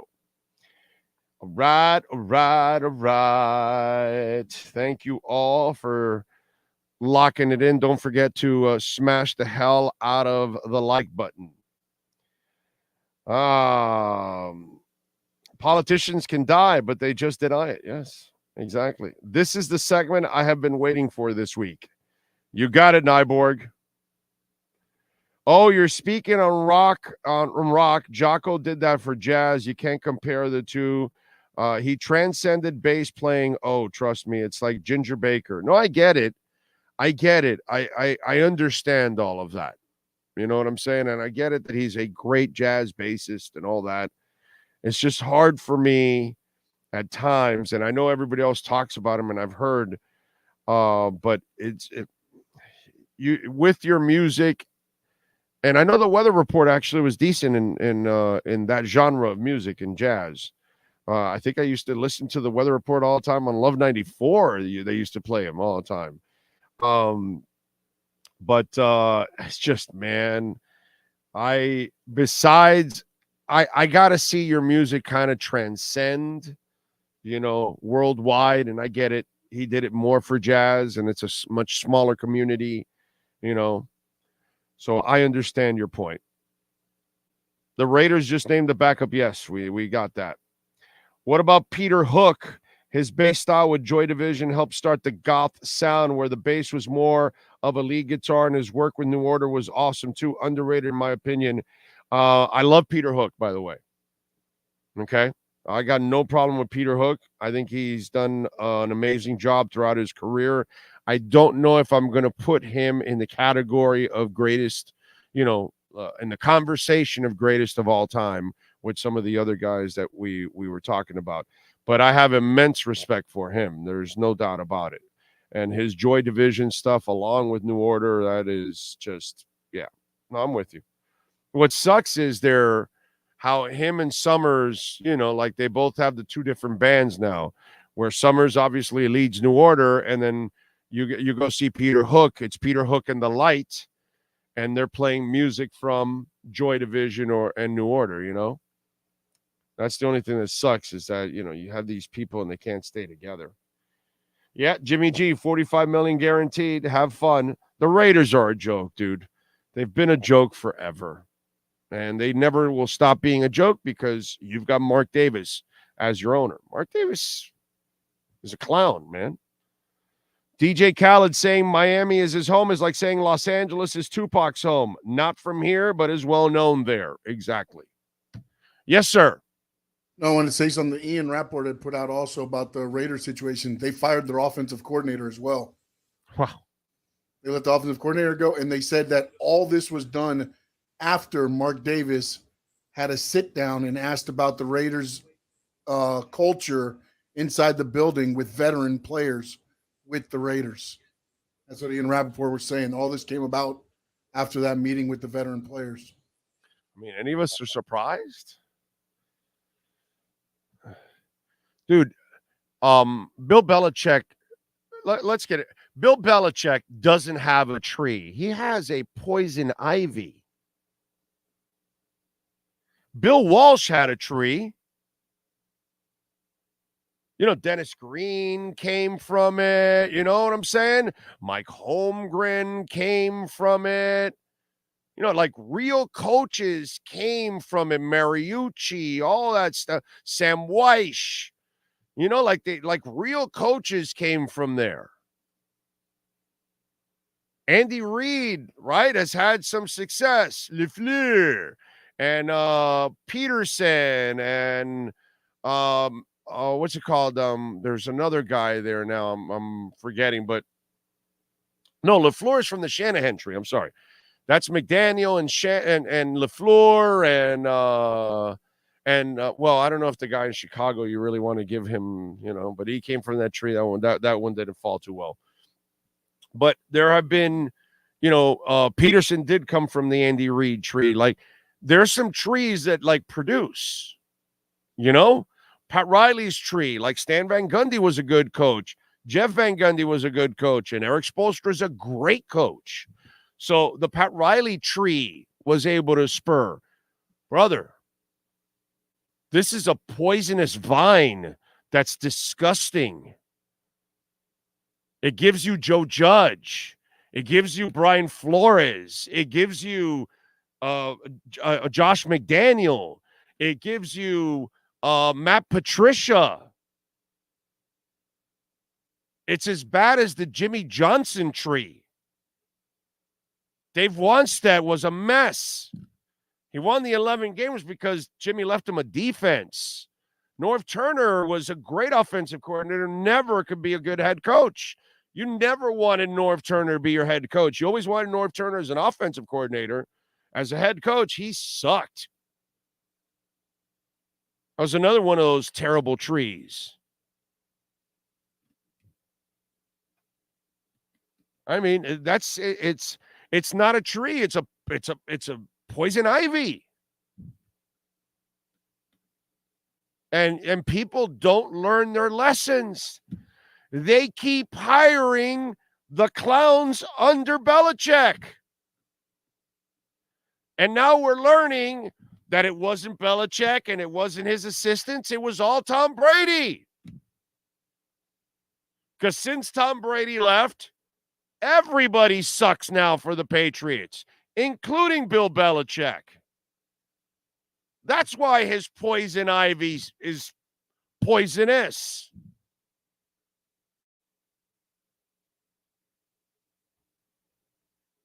It's amazing how, and by now, I think people are seeing without Tom Brady, Bill Belichick is a failure. So now you're actually seeing that, yeah, wow, why do we keep taking branches off this tree? It's freaking poison ivy. It's amazing. Really is. I mean, has anybody polluted the league more than Bill Belichick with lies, cheating, and bad coaches? Bill Belichick right now is the equivalent of Plastic Island out in the Pacific. For those of you that don't know, there's a plastic island out in the Pacific where lots of plastic has kind of collected, and it's just this, it's like the size of a state almost out there in the Pacific. Okay, and then that's where we're sending ships to pick up all that plastic and try to, clean up the ocean and all that kind of stuff. Yeah, that's Bill Belichick's pollutant. He's the pollutant in the NFL. Lies, videotape, and terrible coaches. We used to have a movie called Sex, Lies, and Videotape. Now it's Bill Belichick. Lies, videotape, and bad coaches. All on Bill Belichick. Holy moly. And at least the good thing is that tree is now dead. I don't think anybody is going to go take pieces off that tree anymore. I think by now you've figured out. I mean, it only took you twice to hire one mistake in order to figure it out. Like, really, did anybody think Josh McDaniels was going to have success with the Raiders? Outside of some blind-ass Raiders fan.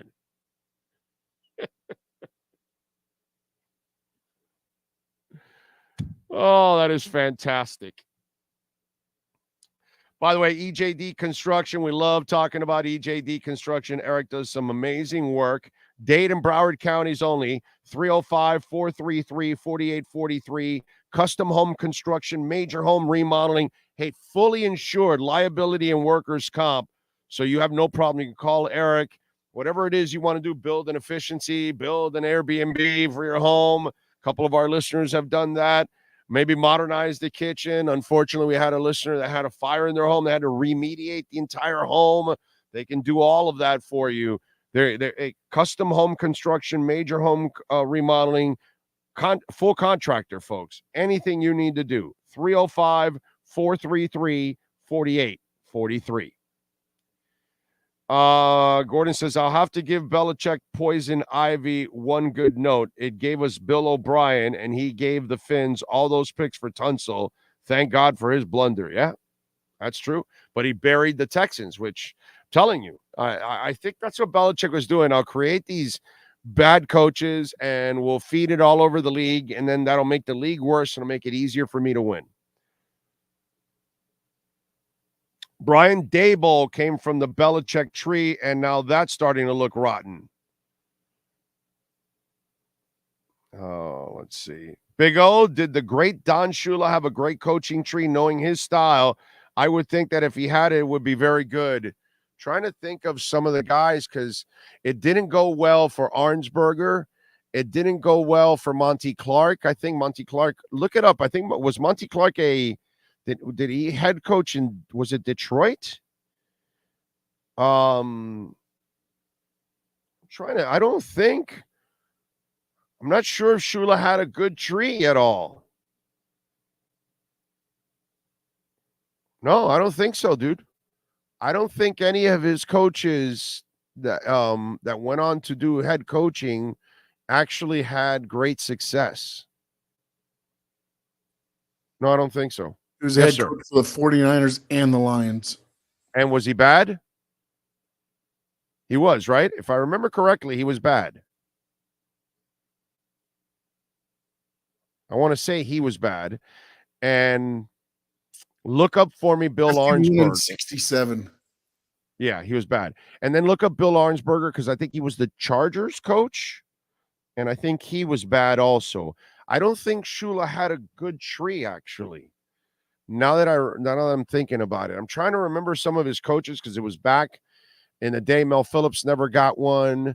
Westhoff never got one. I'm trying to think of some of his coaches that got head coaching jobs. And I don't think so, dude. I don't think any of them were 7-28 as a coach. Yeah, not very good. Yeah. Gary Stevens, I don't think ever got a head coaching job anywhere. He was just an offensive coordinator. Howard Schnellenberger, now he wasn't an NFL coach, but he was a damn good college coach. And then when he got the pro job from Miami, the league folded, so he never got to prove himself as an NFL coach. But he did produce a great college career, obviously, with what he did at Louisville, FAU, and obviously the University of Miami. Oklahoma was not a very good stint for him. But yeah, that's he didn't have it. He didn't have a good tree. Jayhawk says Gary Stevens has one of the best quotes of all time. You can't make chicken salad out of chicken shit. He told Kevin Ding of the Miami Herald that. Kevin Ding of the Herald, who is now I want to say Kevin Ding works for the Orange County Register. I want to say he's been covering the Lakers forever. Something like that. Let me see. Let me look it up here. Let me look up the Dinger. Let's see the Dinger. Where is Kevin Ding nowadays? There it is. Kevin Ding. Analyzing life at large, but more so living it. At Spectrum, at Lakers, at Bleach Report, at Orange County Register, at Miami Herald. So it looks like Kevin Ding is out of the business, is what it is. So he is done with the business. Is it? Let me see. Or maybe he's at the Spectrum. Let me see. I think he's at the Spectrum. That's what it is. Spectrum Sports Net. I guess that's something, it's television home of the Lakers and the Sparks. Yeah. Good dude, by the way. Good dude, Kevin Ding. Worked at the Herald for a while.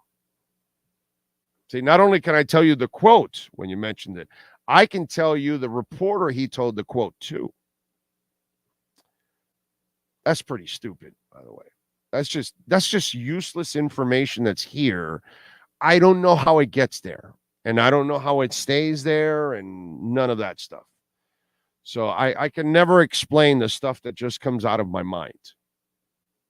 Like silly Hawaiian facts that you probably didn't know about and didn't care.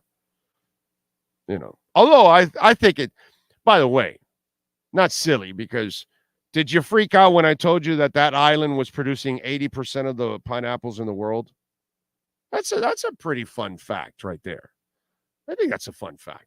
I think it's a fun fact that I bet a lot of you didn't know that in about 200,000 years, Hawaii will have another island that will be popping up from the volcanoes that are exploding underneath that tectonic plate that is moving. I think that's a fun fact, right? I mean, useless, but you could probably use it in a party someday, and you're gonna go, "Hey, I got that nugget from O." People go, "Really? Yeah, 200,000 years, there'll be another island in Hawaii, 22 miles just west of it."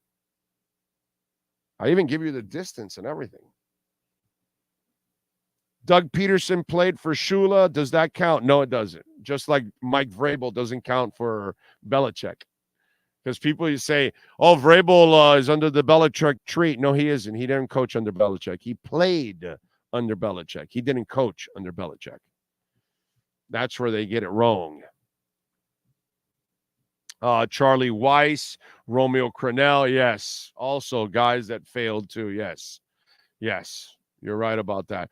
Romeo Crennel, I don't like picking too much on Romeo Crennel because he's such a nice man. God, he is one of the classiest individuals. He was a great coordinator. He's like Wade Phillips. It's the same shit, you know? You want Wade Phillips as your coordinator, just like Norv Turner, just like Romeo Crennel, but you don't want them as head coaches. You know what I mean? But Romeo Crennel is one of the best human beings you will ever meet in your life, man. What a nice man. And he doesn't know me very well. Maybe he doesn't even remember me at all. But I remember having a couple of exchanges with him vividly. And he personifies class. You know what I mean? So, good man. Good man. The Chiefs are playing in a softer division now, so they should soften up like pouring softener into the laundry. They win championships, Jules. They win in the playoffs. Do you know why I don't go with that reasoning there? Because I used to hear that silly argument for Andrew Luck. Oh, he plays in an easy division. Oh, yeah? Then what happens in the playoffs when he carries that sorry-ass team to the first round and then the second round, and then he took them to the conference championship? And along the way, he's beating really good teams. What do you got to say to that? Because remember what we just talked about with Tua in the first hour when that guy came in? Oh, well, I'm afraid of Tua in the rain, which stupid narrative that is really not true. Same thing here. Stupid narrative that just isn't true. You know, it's just shit that people create, and, you know, it's not true. Andrew Luck was winning in the playoffs. I don't care that his division wasn't very good. You still got to do something in the playoffs. And he was beating teams. He beat Peyton Manning in the playoffs with that Broncos team. And that team was way better than his. He had no line, no running game. His defense was half-assed, and he's taking you all the way to the AFC Championship game. For 3 years in a row, he went deeper and deeper into the playoffs. Andrew Luck was special, dude. Special. I mean, ultra special. But he was on such a shitty team that he had to do so much. That's why he also threw a bunch of interceptions, because he had to force the issue. He was on such a bad team. It's the way it goes. You have to gunsling your ass out of there. And he still did things that they could never do to this day with so little around him. That's how good Andrew Luck was. And so this whole Kansas City thing, I don't care what division they play in, bro. They win the Super Bowl. They've been to 3 Super Bowls. They've won 2 of them, and the one they lost was only because the line wasn't ready for it. They didn't have a line for Mahomes. The fact that they got to the Super Bowl with that offensive line, kudos to Pat Mahomes and Andy Reid. Don't ever think that way about the Kansas City Chiefs, just like I used to argue with people that used to tell me that lazy line with Andrew Luck. Oh, but he plays in an easy division. Yeah, what's your answer for the playoffs? because it's not like it was a one-off. No, 3 years in a row, and he kept going deeper. That's not by luck. That's because that guy was awesome. That was a first ballot Hall of Fame quarterback that retired from this league way too early because the Indianapolis Colts are absolutely incompetent. By the way, let's go over some Dolphins stuff. Dolphins, Chiefs are favored by 2.5. It was 2 yesterday. So it looks like some of the money is coming in on the Chiefs. It went up to 2.5. The over and under is still 51. The Dolphins are plus 124. Chiefs are minus 148. I'm taking the Dolphins plus 2.5 in this one. They're going to win this game. They're going to turn the corner finally this week. No trades yesterday. Farmer Greer did not make any moves. Javon Holland has cleared the concussion protocol, which is absolutely awesome. Apparently to the coach, he says, well, you can say he's going to be a factor, an X factor, if you will. And then he follows up and he says, you see, I still got it, even in another country. You got to love him, man. So X looks like he'll be playing opposite of Jalen Ramsey. I'm loving this. I'm loving this. Teron Armstead is practicing. He has started his 21-day window. I wonder, see, it's two ways to look at this. He's been off for a month because he's been on the IR. So was he going to be out 2 or 3 weeks? And they said, hey, man, let's just put him out for the month and let's use the roster spot so we have it. And, we'll activate him when we need him. But let's take precaution. And maybe the week of practice, he's ready to play. Or do they do what they did last time when he got injured, but they gave him 2 weeks of practice before he played? Just like they gave Jalen Ramsey 2 weeks of practice before he played. I don't know. It could go either way. Kendall Lamb has done a marvelous job, so I'm not sitting here eating my nails and getting crazy and all that. Kendall Lamb has been terrific. I have zero concerns if Kendall Lamb has to play. I will be incredibly happy if Teron Armstead plays. Okay? Rob Hunt is day-to-day. Will not practice today, by the way. And Brandon Jones with the concussion protocol did not make the trip. All right? Now, Achan made the trip. He's not playing this week because he's not active yet. It's next game when he's active. So that'll be after the bye week. So Achan at least being there is actually really cool that he's already there walking around and everything. So it's good. Good stuff. So you got that going on with the Dolphins just to kind of keep you guys updated on what's going on. Big O, when do you think a possible contract extension for Coach is talked about? Probably in the third year. Probably another year when he's like a year or two away from I think, what did he sign? I'm not sure if it was a 4 or 5 year deal, my brother. But if it's a 4-year deal, it'll be after the third. If it's a 5-year deal, it could be after the third if he wins a lot, or after the fourth, but he won't get to the final year and he'll be extended. That's not even a concern right now. Donald William McCafferty was in Don Shula's coaching tree and went to the Super Bowl and won a Super Bowl as a rookie head coach.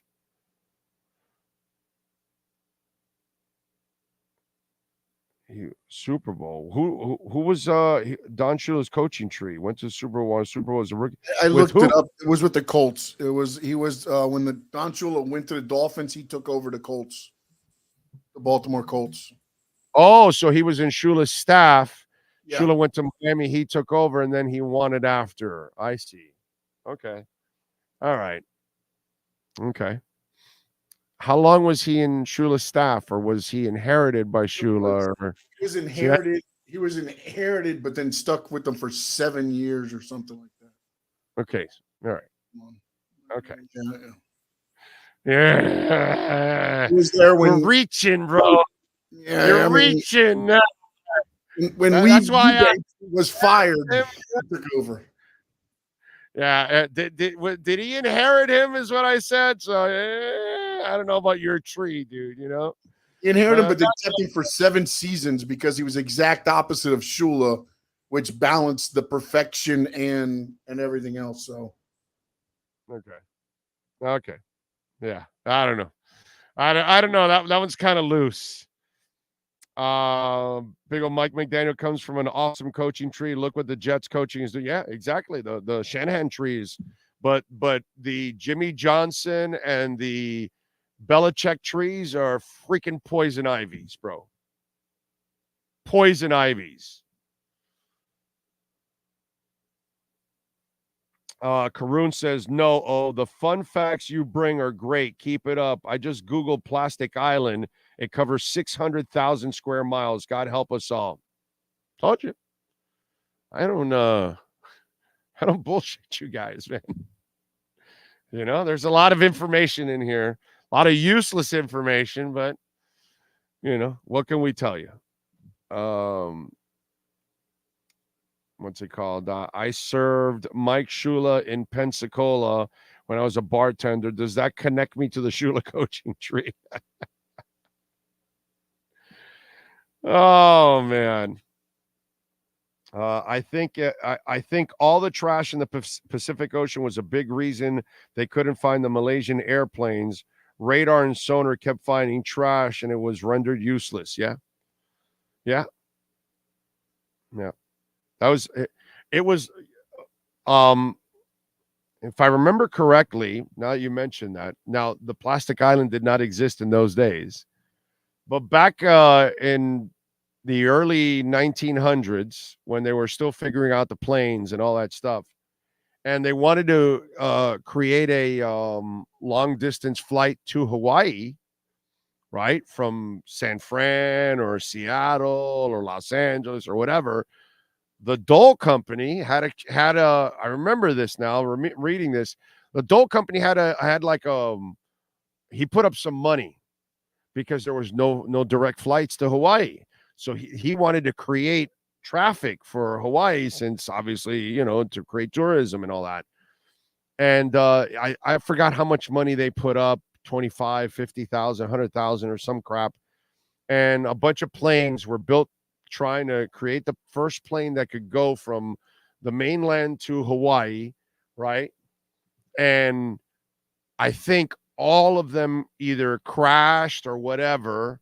One of them made it. A couple of others took off and disappeared into the Pacific, and they didn't know what happened. And I if I remember correctly, one of the ones that crashed, they fixed it back up again. I'm laughing about this, which is not funny, by the way. They fixed up the plane again so the guy could go search for the other two planes that went missing, and that plane went missing. So it was like a mess. But finally, one person made it across, and then that person won the money. And then from there, they started to create transatlantic flights from the mainland to Hawaii. That's it. I don't know how much more you guys want me to tell you about Hawaii, bro. Today, I don't know why that has been, but today's Hawaii facts. Tua will be proud that we're sharing stuff about the island. Big O, Biden or Trump, must pick one. None. I'm not picking any, bro. I mean, worst case scenario, I'll take Biden over Trump, only because at least I don't have to worry about somebody overturning the government and you know, insurrection and a bunch of scumbags and terrorists attacking the White House. That's the only thing, you know, because he does have a bunch of loser crazy people that follow him. You know, nobody has. I mean, dude, I voted for Reagan, for Bush Jr. I never saw white supremacist groups support those guys. I never saw Reagan say to a white supremacist group, hey, stand down and stand by. So I'll take Biden. They're both useless. Okay. I think I like Vivek, but Vivek is a little too radical now. He just wants to like destroy everything. He's too young. He's a little green. His idea on stopping the war is a little silly because he thinks he can reason with Putin, which is just absolutely stupid. So I think Nikki Haley might be the only decent human being out of all the candidates that are out there. Seriously, I am not joking.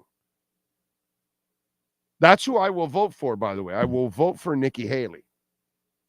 I think she seems like the closest to a normal human being out of all of these idiots. I mean, Trump was just saying the other day you need an ID to buy bread. He thinks he's going against Obama. Like he is saying, like, you know how Biden talks all kinds of silliness? Trump's the same way, dude. Trump's like, he is talking about he has lost it, brother. He is out in left field completely, if you hear him now. I'm telling you, Nikki Haley might be the most sanest person out of all of these people that are trying to run for presidency.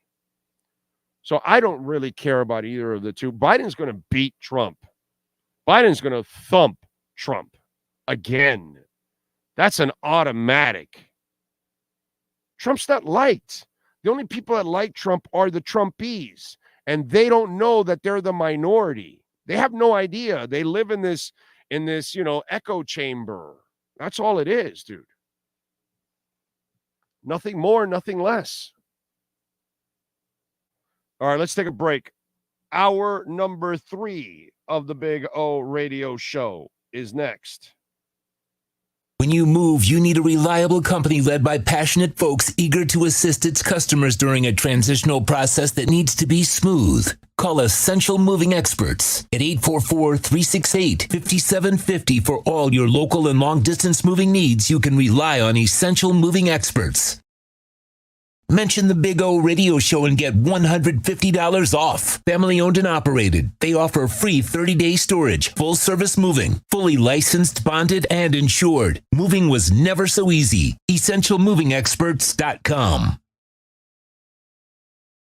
For over 16 years, EJDConstruction.com has provided South Florida residents quality craftsmanship, accurate project management, and exceptional service. That's why EJDConstruction.com is an A-rated member of Angie's List and the Better Business Bureau. When you're looking for the right custom home builder for additions or home remodeling, please call my friend Eric at 305-433-4843. That's 305-433-4843 for EJDConstruction.com.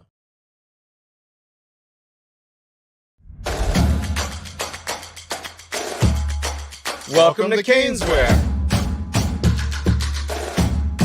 New store, new items, same great experience.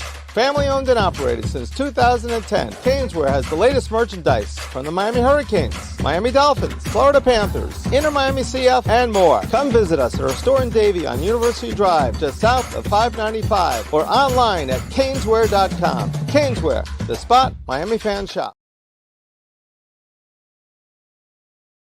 Oh, I think I know what this is. Houston, we have a package. Hello? No matter where you are, the Sloman Shield home security system guards your home. With next-gen perimeter protection, 24/7 monitoring, and interior motion sensing. And right now, get a free Sloman Shield security system and doorbell camera, all professionally installed, for free. Shield your world, the Sloman Shield. Welton Rayom has more than 62 years of litigation experience handling insurance disputes. They're committed to resolving even the toughest insurance claims quickly. Call them for a free consultation. 954-966-4646. At Welton Rayom, they don't get paid unless you win. Property damage claims to your home, business, or condo as a result of a hurricane. Welton Rayom can help. Water, mold, fire, smoke damage, Welton Rayom can help. Call 954-966-4646.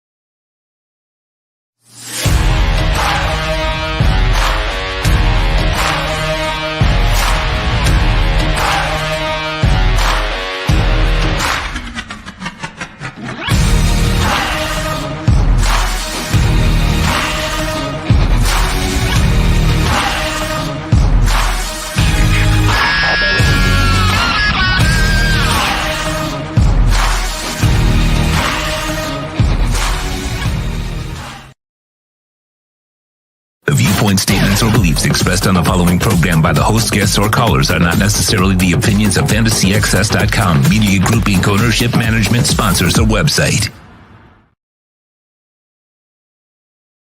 When it comes to South Florida sports teams, very few in the media have witnessed, lived, and covered it like the Big O. Let's start the program dedicated to your favorite South Florida teams with a passion that's unmatched. The Big O Radio Show is on. Here's the Big O. I got to tell you something. Doug Farrar just put out a tweet. He says, I so desperately want this to be true, primarily because it means that Mark Davis had a modicum of strategic ability. So Tom Hearden, okay, hedge fund trader, manager, whatever, former sell-sider for New York City Stock Exchange, says a scriptwriter could not have come up with the setup for Josh McDaniels firing. Again, I have no idea if there's anything true to this, but this would be. Have you seen this? Have you read about this, Sean? This is awesome if it's true. I just saw it. I was going to bring it up, but then I was like, yeah, it might be a little too far-fetched. It's crazy. But if this was done, like, wow, Mark Davis, that is pretty fucking cool. Here we go.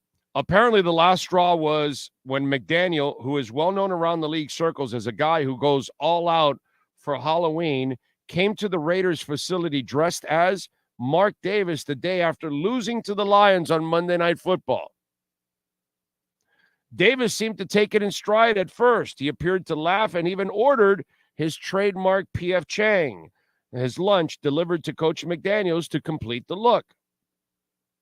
After the two had eaten, Davis suggested McDaniels read his fortune cookie, which read, "You're fired, hotshot," according to multiple sources who viewed the dessert.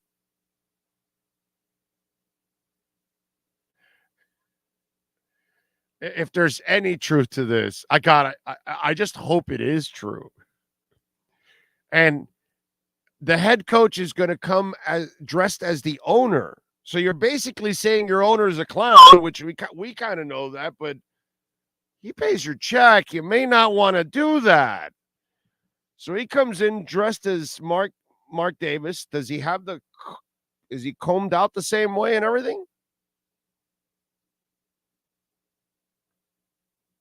And Mark Davis could easily have that cookie made, right? Because if they fry them themselves, in P.F. Chang's, and they could just have it printed and then put it in there, that's it, so that could. Man. I mean,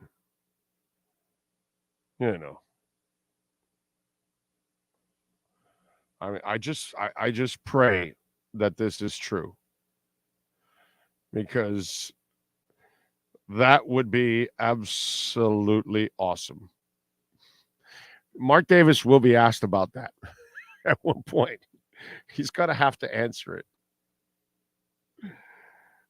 Troy Ortiz asked me if I would go Mark Davis or bald, and I said I would go bald before I have that haircut. I don't even want to be caught with that haircut dead. I will come back and haunt everybody.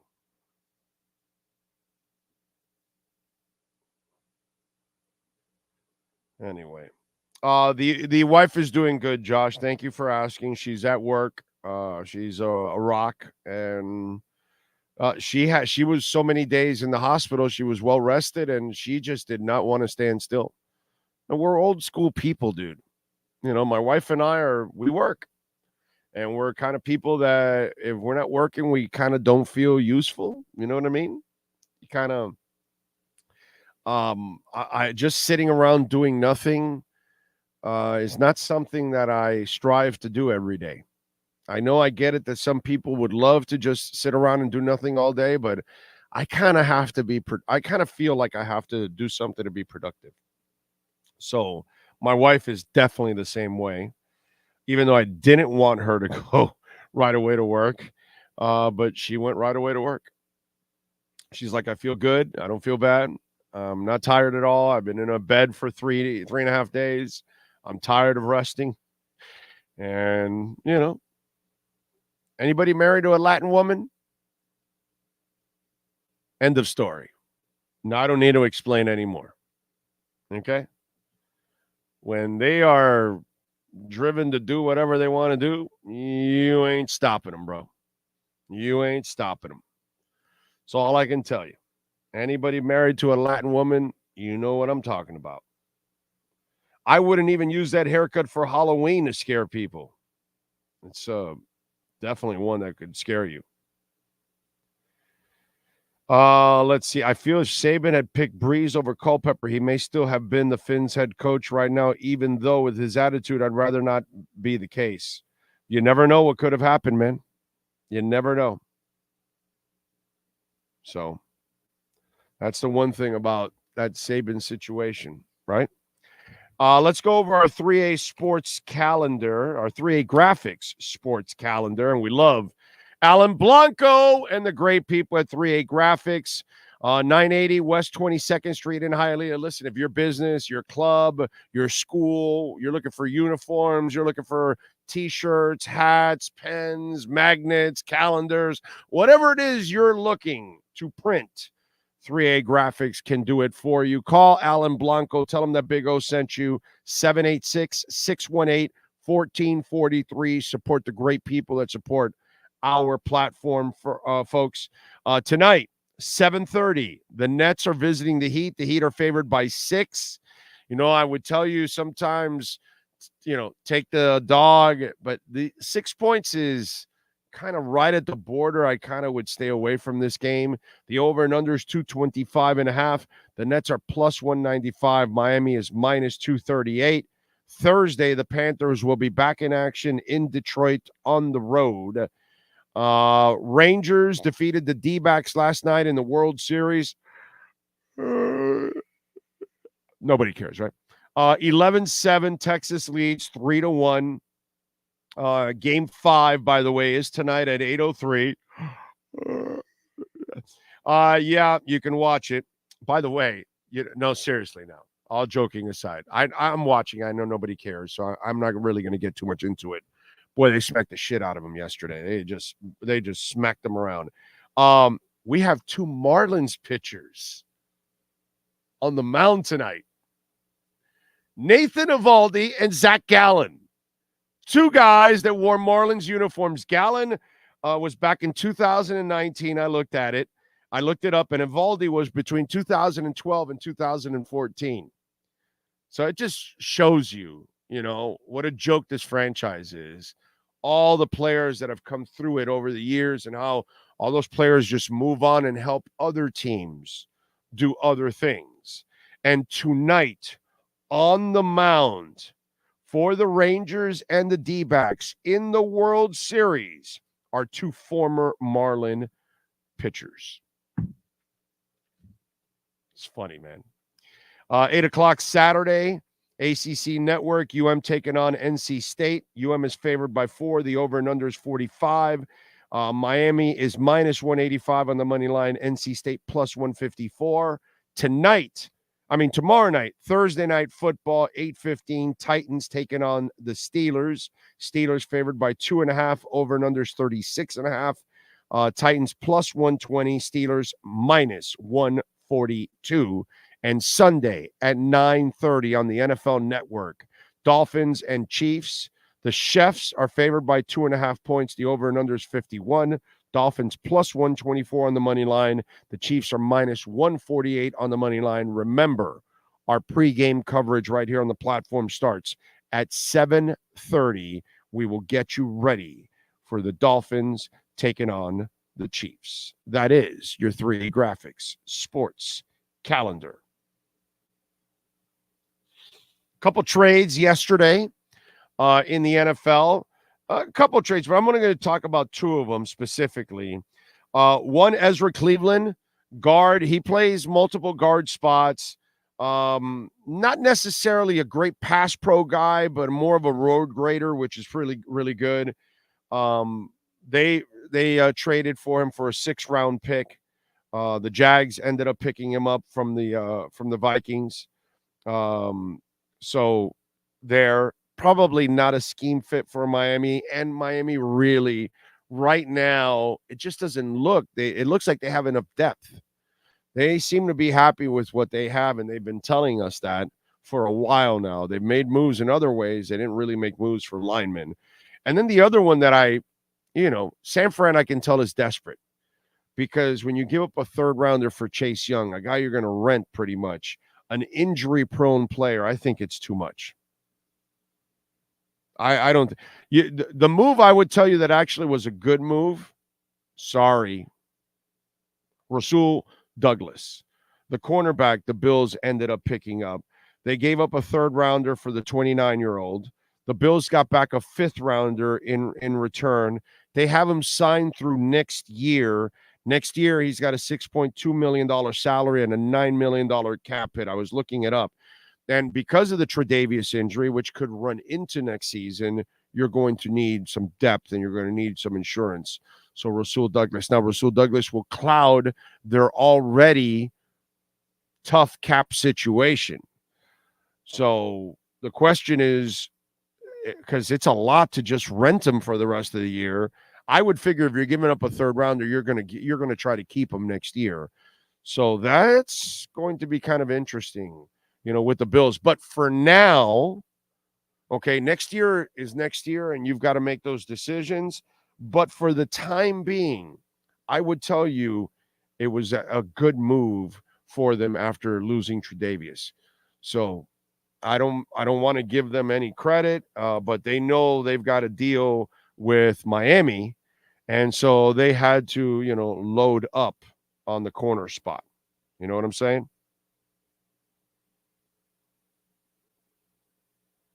Okay. So, all right.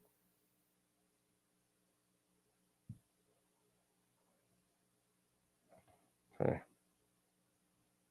Sorry, just answering a text.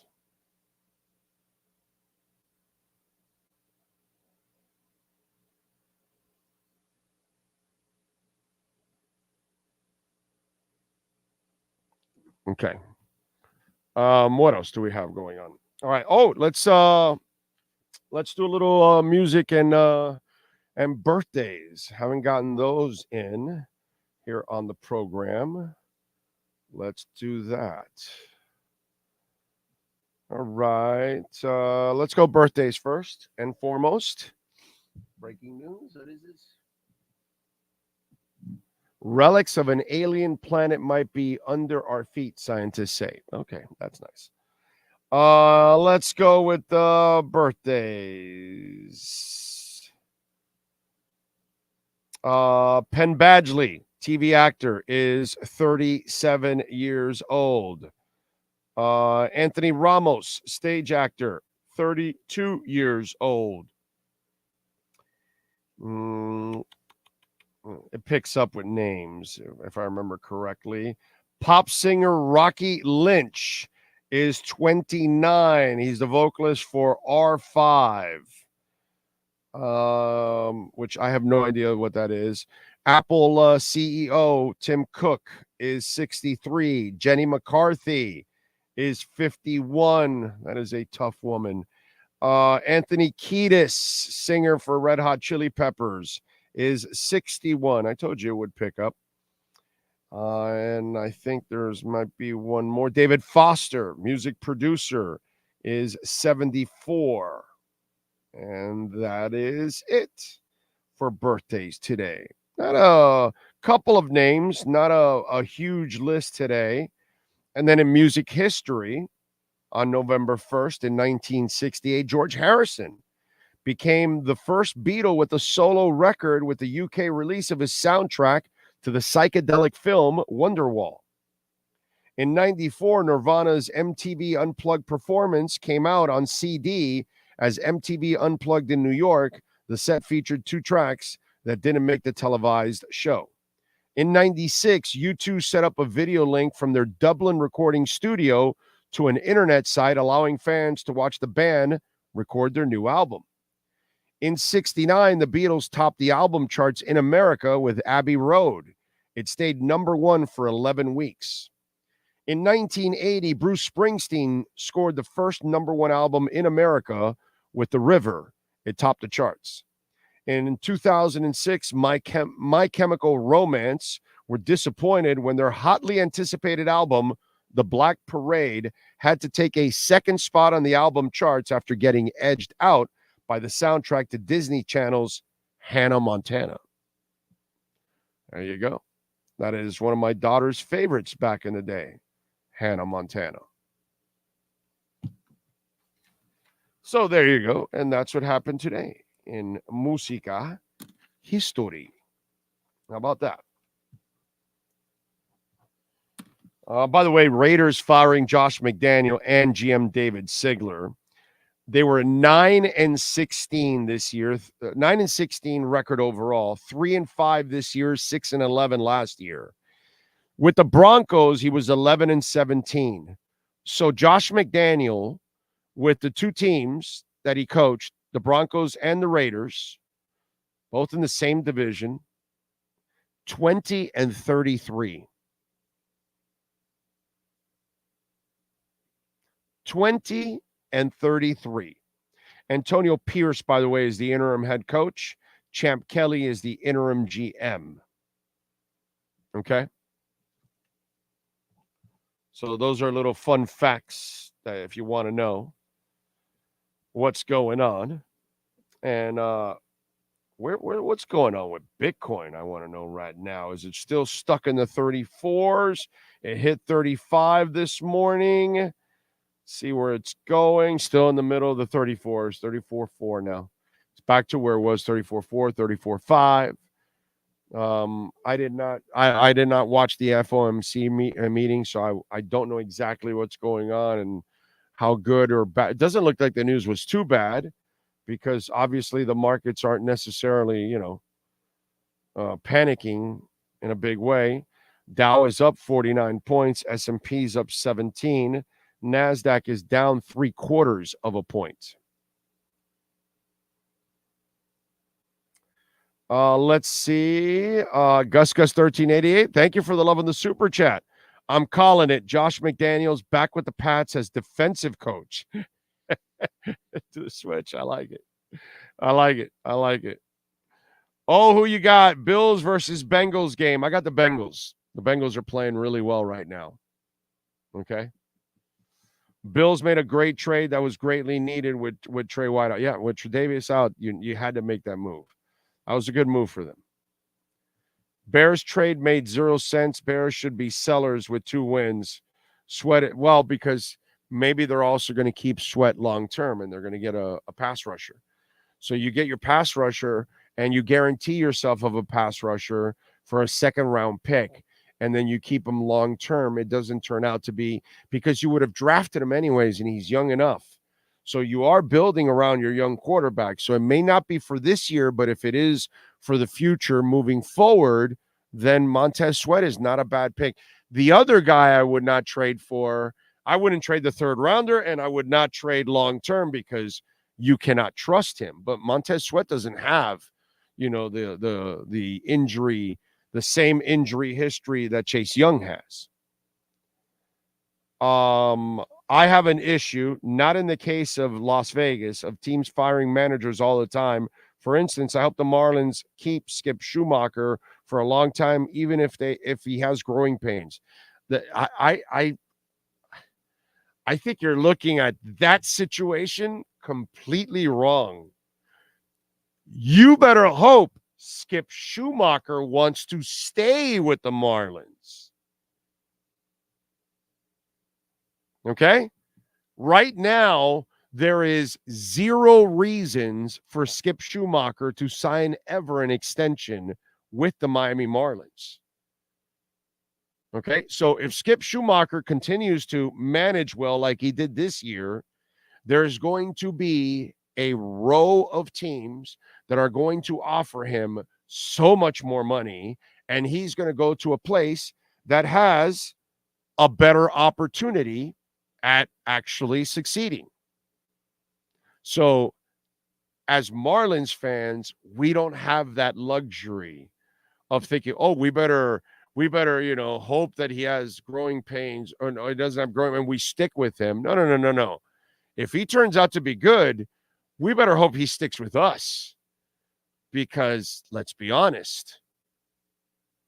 Why would you stay here why would you work for QAM?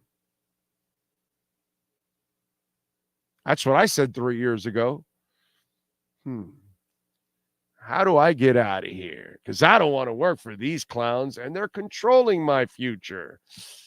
I got to get fired to get the hell out of here. Radio's dying. Why would I want to work for these idiots? I can control everything myself. I don't need them. There we are. Know what I'm saying? Anyway, I got a call now, but I don't know if, let me see. Let's see.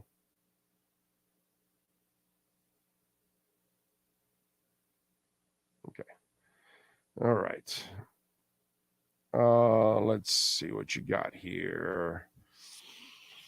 Did Emmanuel Agba did not get traded. The Commanders it's a lot of money.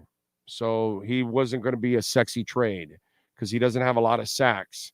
If he would have 6, 7, 8 sacks by now, which would be one hell of a half, okay, then somebody might trade for him. Then again, Miami may not trade him at that point either. But then you would have takers. But because he's used sparingly, he was injured last year at that salary, there was no way you were going to trade him. And they were going to ask you to swallow a lot of the salary, and they were going to give you a late round pick. And at this point, why are you going to do that when you're trying to make a run? So you're better off hanging on to an extra pass rusher just in case you might need him. He might come through for you.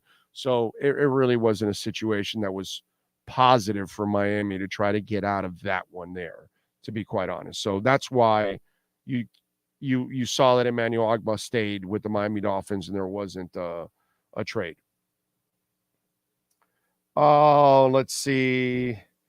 Damn good point. I'd leave that shitty Marlins organization too. Just like you got to leave shitty WQAM if you can. If you can. And if you can't stand on your own, then yeah, you got to work with those losers, unfortunately. But if you can stand on your own, then get the hell out.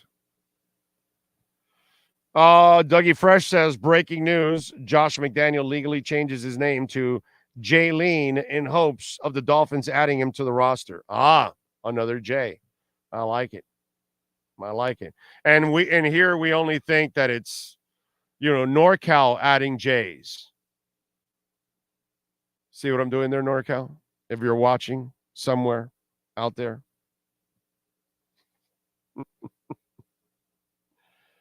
All right, let's see. Do we have any other breaking news going on? Anything out there, Sean, that I've missed? You're always perusing through. Anything? Oh, you know what's cool? Do you want to know how cool the Dolphins are? Forgot to talk about this. And I saw this. Thank you, GusGus1388. Very good of you. I don't normally follow this guy on Twitter because he's, he kind of frustrated me with Bitcoin. And this is Darren Rovell, and he tweets out, sign of the times, trick and treating in New Jersey, 4 kids in Miami Dolphins uniforms, no Giants or Jets. Look at that. 18, 10, 1, and 88. It's 28, 28. I'm sorry, 28. 28, 88, 10, and 1. How about that? Pretty cool in New Jersey. And for those of you that don't know the Darren Rovell story, I went back and forth with him on Bitcoin. And then he had the balls to tell me I studied Bitcoin, and I don't think that it's, a hedge against inflation or anything. And once he told me that, I said, well, you didn't learn shit. Now I know you're full of shit. You know what I mean? As I follow this stuff heavily. So I know when you're bullshitting me, and I know you don't know what the hell you're talking about. And so, and I'll wait till it's like at 50, and then I'll F with them on Twitter and say, hey, how's that Bitcoin? Because it'll be at 50 soon and a couple months from now. And then I can have my fun. I mean, I'm already having my fun. It's already more than doubled the price from the beginning of the year, which is what no asset has done. But so Darren Rovell tried to, be a smart ass with me. And, when you try to do that, I'll be the smarter smart ass out of all of it when it's all said and done. You think you can be a smart ass, then you run into me, and then you're going to see a real smart ass, So that's what I always love about that. I don't talk about shit that I don't know. If I don't know about, my wife gets frustrated with that all the time. What do you think about? I don't know. I'm not a doctor. I don't know. I'm not an accountant. I don't know. I'm not a lawyer. There's a lot of shit I don't know about. But when I know about something, the conviction will come out. And I could tell he knew nothing about Bitcoin. So, like most people. But that was a very nice tweet. Thanks to GusGus1388 who retweeted it to us yesterday. I saw it on the timeline, and that was so cool. And it shows the impact that the Miami Dolphins are having on the general population. Okay? And I know our fan base is amazing. And if they get good again and they become a great team again, people will feel our fan base because they've been there. They've been waiting, man, waiting. Yes, sir, Sean Stanley. It looks like you might know the new offensive coordinator for the Las Vegas Raiders. Really? Who?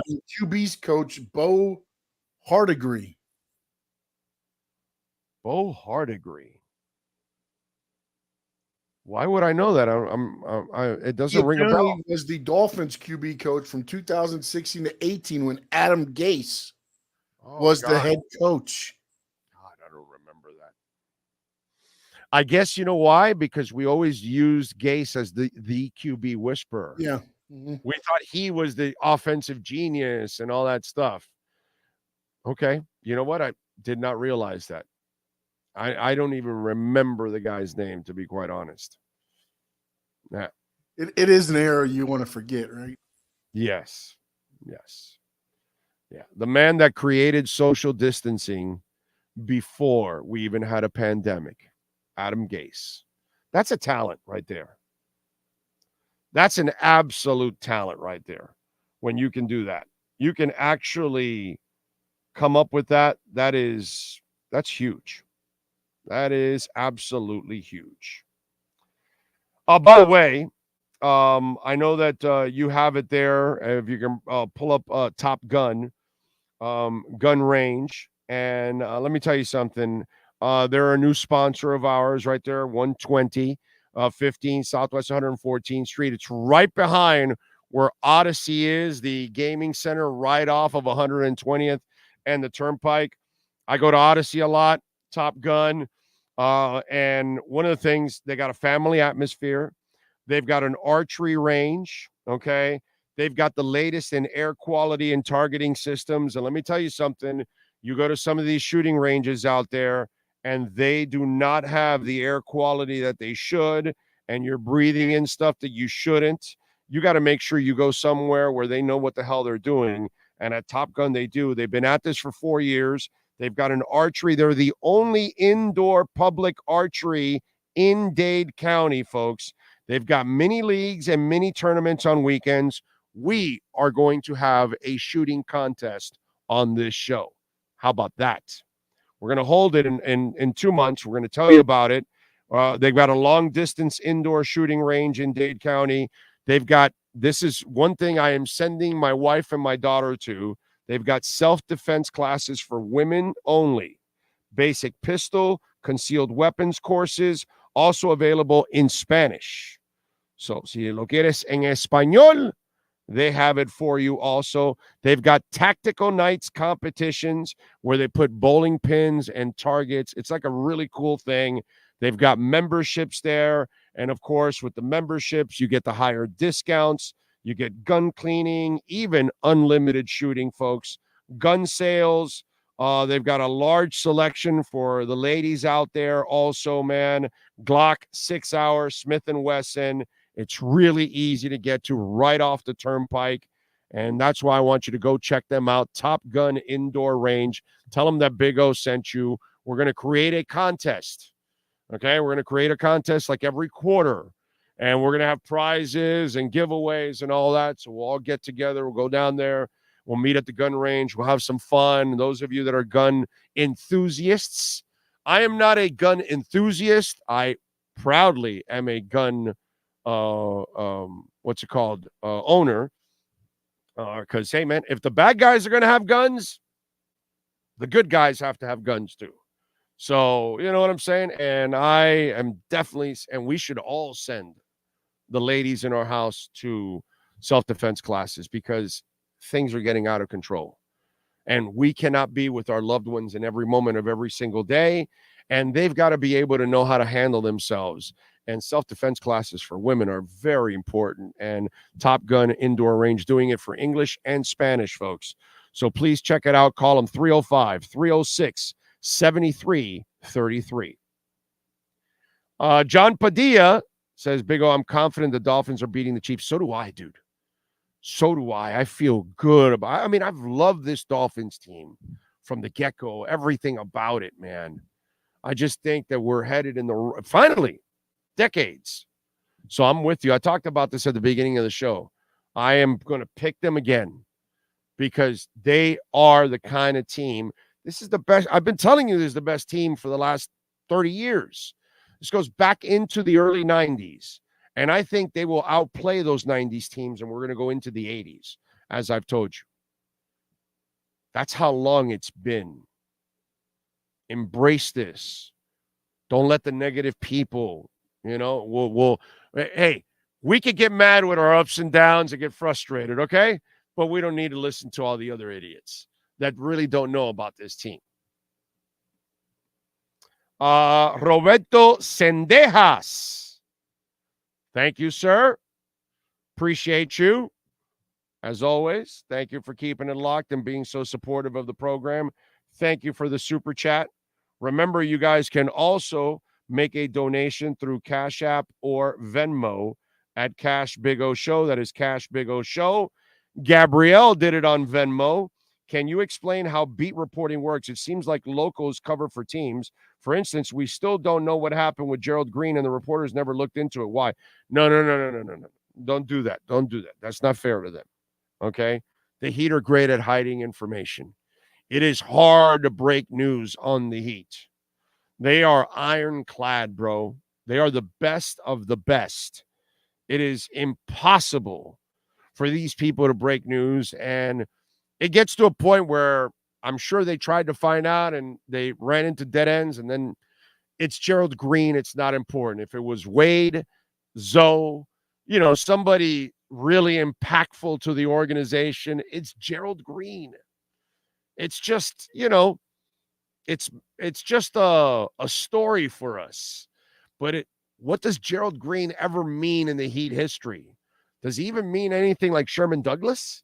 No. Does he have any meaning like even Eddie House? Did we ever say free Gerald Green? No. So why follow a story that nobody cares about Gerald Green in the end? So they probably got tired of chasing that story. But don't blame basketball beat writers for the Heat. The Heat are impossible to break, Gabriel. I'm telling you. It is tough. Take it from a guy that breaks stories, and you see I haven't broken a Heat story in Brent Berry was the last one, the trade for Brent Berry. I broke that story. I mean, I don't get Heat stories, dude. It's hard, man. It's hard. They control everything. Yeah, no. So don't blame them. Okay? Don't blame them. It's not their fault.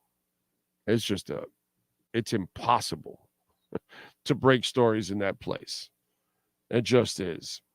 It's a total mission. Big O, I rewatched the broadcast game versus the Pats, and you could tell the commentators were total homers for the Pats, especially on the Ramsey interception and the Waddle TD. Too funny. It's just one of those things. It's crazy. Unlimited shooting. I'm a gun nut, but it's expensive to shoot. Well, go on down there, Green Lion, and I hope you come join our challenge when we have it. I like McDaniel's approach to the week. Get there early, day off, go to work. Chiefs aren't leaving until Friday. Yeah, I agree. Gets them an opportunity to settle in. But again, Chiefs been there, done it. That's how they carry themselves because they've won the championships. And that's the difference. That's why it's funny to hear people write or talk about like, well, wait a minute. This team that's really good lost to this bad team, Philly or the Bills or San Francisco losing. Well, how come they hold it against the Dolphins? Well, that's because the Dolphins have not gone deep into the playoffs or to a Super Bowl like those teams. The Bills have been to an AFC championship game. They go to the playoffs all the time. They win the division all the time. San Fran goes deep into the playoffs. They win all the time. Kansas City wins Super Bowls. What does Miami win? Do they even? They rarely even ever go to the playoffs.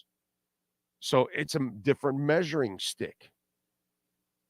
But you can't lump Miami into the same group of Kansas City and Philadelphia when they have done it. And Miami hasn't done shit yet. So that's why Kansas City, they feel like they can leave Friday, been there, done it. That's it. Miami has got to find their way, and they've got to be able to start winning these kind of games because that's the only way you're going to get taken seriously. Okay? I was diving so I could type. I am coming to your funeral with a comb for a Davis look. You call it haunting. I call it living forever. Oh, man. Adam Archuleta is always high on the Patriots. Remember last year's, he was like anti-Tua and all that. Yeah. He was saying silly shit about Tua. Huge advantage going to Germany early for the Finns. Well, we hope so. Right? We hope so. I did my best Mike McDaniel impression yesterday for all. You did, Chad. You sent me the picture. That was you actually look good. You look good as a coach, bro. You had the look. Would you move from Fields and Murray if you were the Bears and Cards? Well, wait a minute. Am I landing the USC kid? Yeah. Although I'm not ready to give Kyler Murray. I'm done with him because he's not a professional. Okay. Even though he has the skill set to be a quarterback in this league, even at his height, and he's a passer. There's one thing I do like about Kyler Murray, but his lack of professionalism, he'll never be a great quarterback if he doesn't want to dedicate himself to it. I'm not ready to give up on Justin Fields. I'm not, even though I know his accuracy is still not there, but the kid has the it factor. And he's tough as nails. And maybe he can fix it and become a little bit more of a passer. But if you tell me I have a shot at the USC kid, I think he's closer as a passer than all those guys. And he's got all the physical traits to it and everything. So, yeah, so if you're telling me that I'm at that pick, then, yeah, I would move on. But if I'm at number 7 and I got no shot at those quarterbacks, if I'm not getting Drake May or I'm not getting Williams, then I don't know, dude. I might stay with Fields. Murray, I would. The problem with Murray is their money. You know, they got to take major cap hits to move on from that thing. John Padilla, thank you for the love in the super chat. I forgot it. I don't know if I did tell you that. What up, Big O? Just able to hop on. Been seeing everyone talking about Harden getting what he wants. Just got to say, I agree with you 100%. Dame has no cojones. Yeah, we talked about that yesterday. Yeah, it is what it is. What are you going to do? All righty. We are out of here, folks. We thank Matt Verderam. We thank Joe Shad. As always, we thank Sean Stanley, the legend, the man, the myth, the Hall of Famer. You know, Sean Stanley is in every Hall of Fame in the world. Hall of Fame for rock and roll, wrestlers, baseball, football, basketball, broadcasters, farmers, you name it. Every Hall of Fame you walk into, Sean Stanley's in there. I mean, that's the skill set that none of us will ever have. That's what we're talking about right there. He's also in the Florida Wrestling Hall of Fame, too. He's in every Hall of Fame you can go to. Sewing Hall of Fame. You name it, Sean Stanley is there. Nobody has more skills than the man. That's why it's Sean Stanley. Because he's got skills. So you needed all kinds of S's. So they said a man with skills must be named with 2 S's. Sean Stanley. Skills. It is what it is. We'll see you Thursday, 3 p.m. Hialeah Park Casino. Same time, same place. Oh, let's put him with a Dolphins hat on.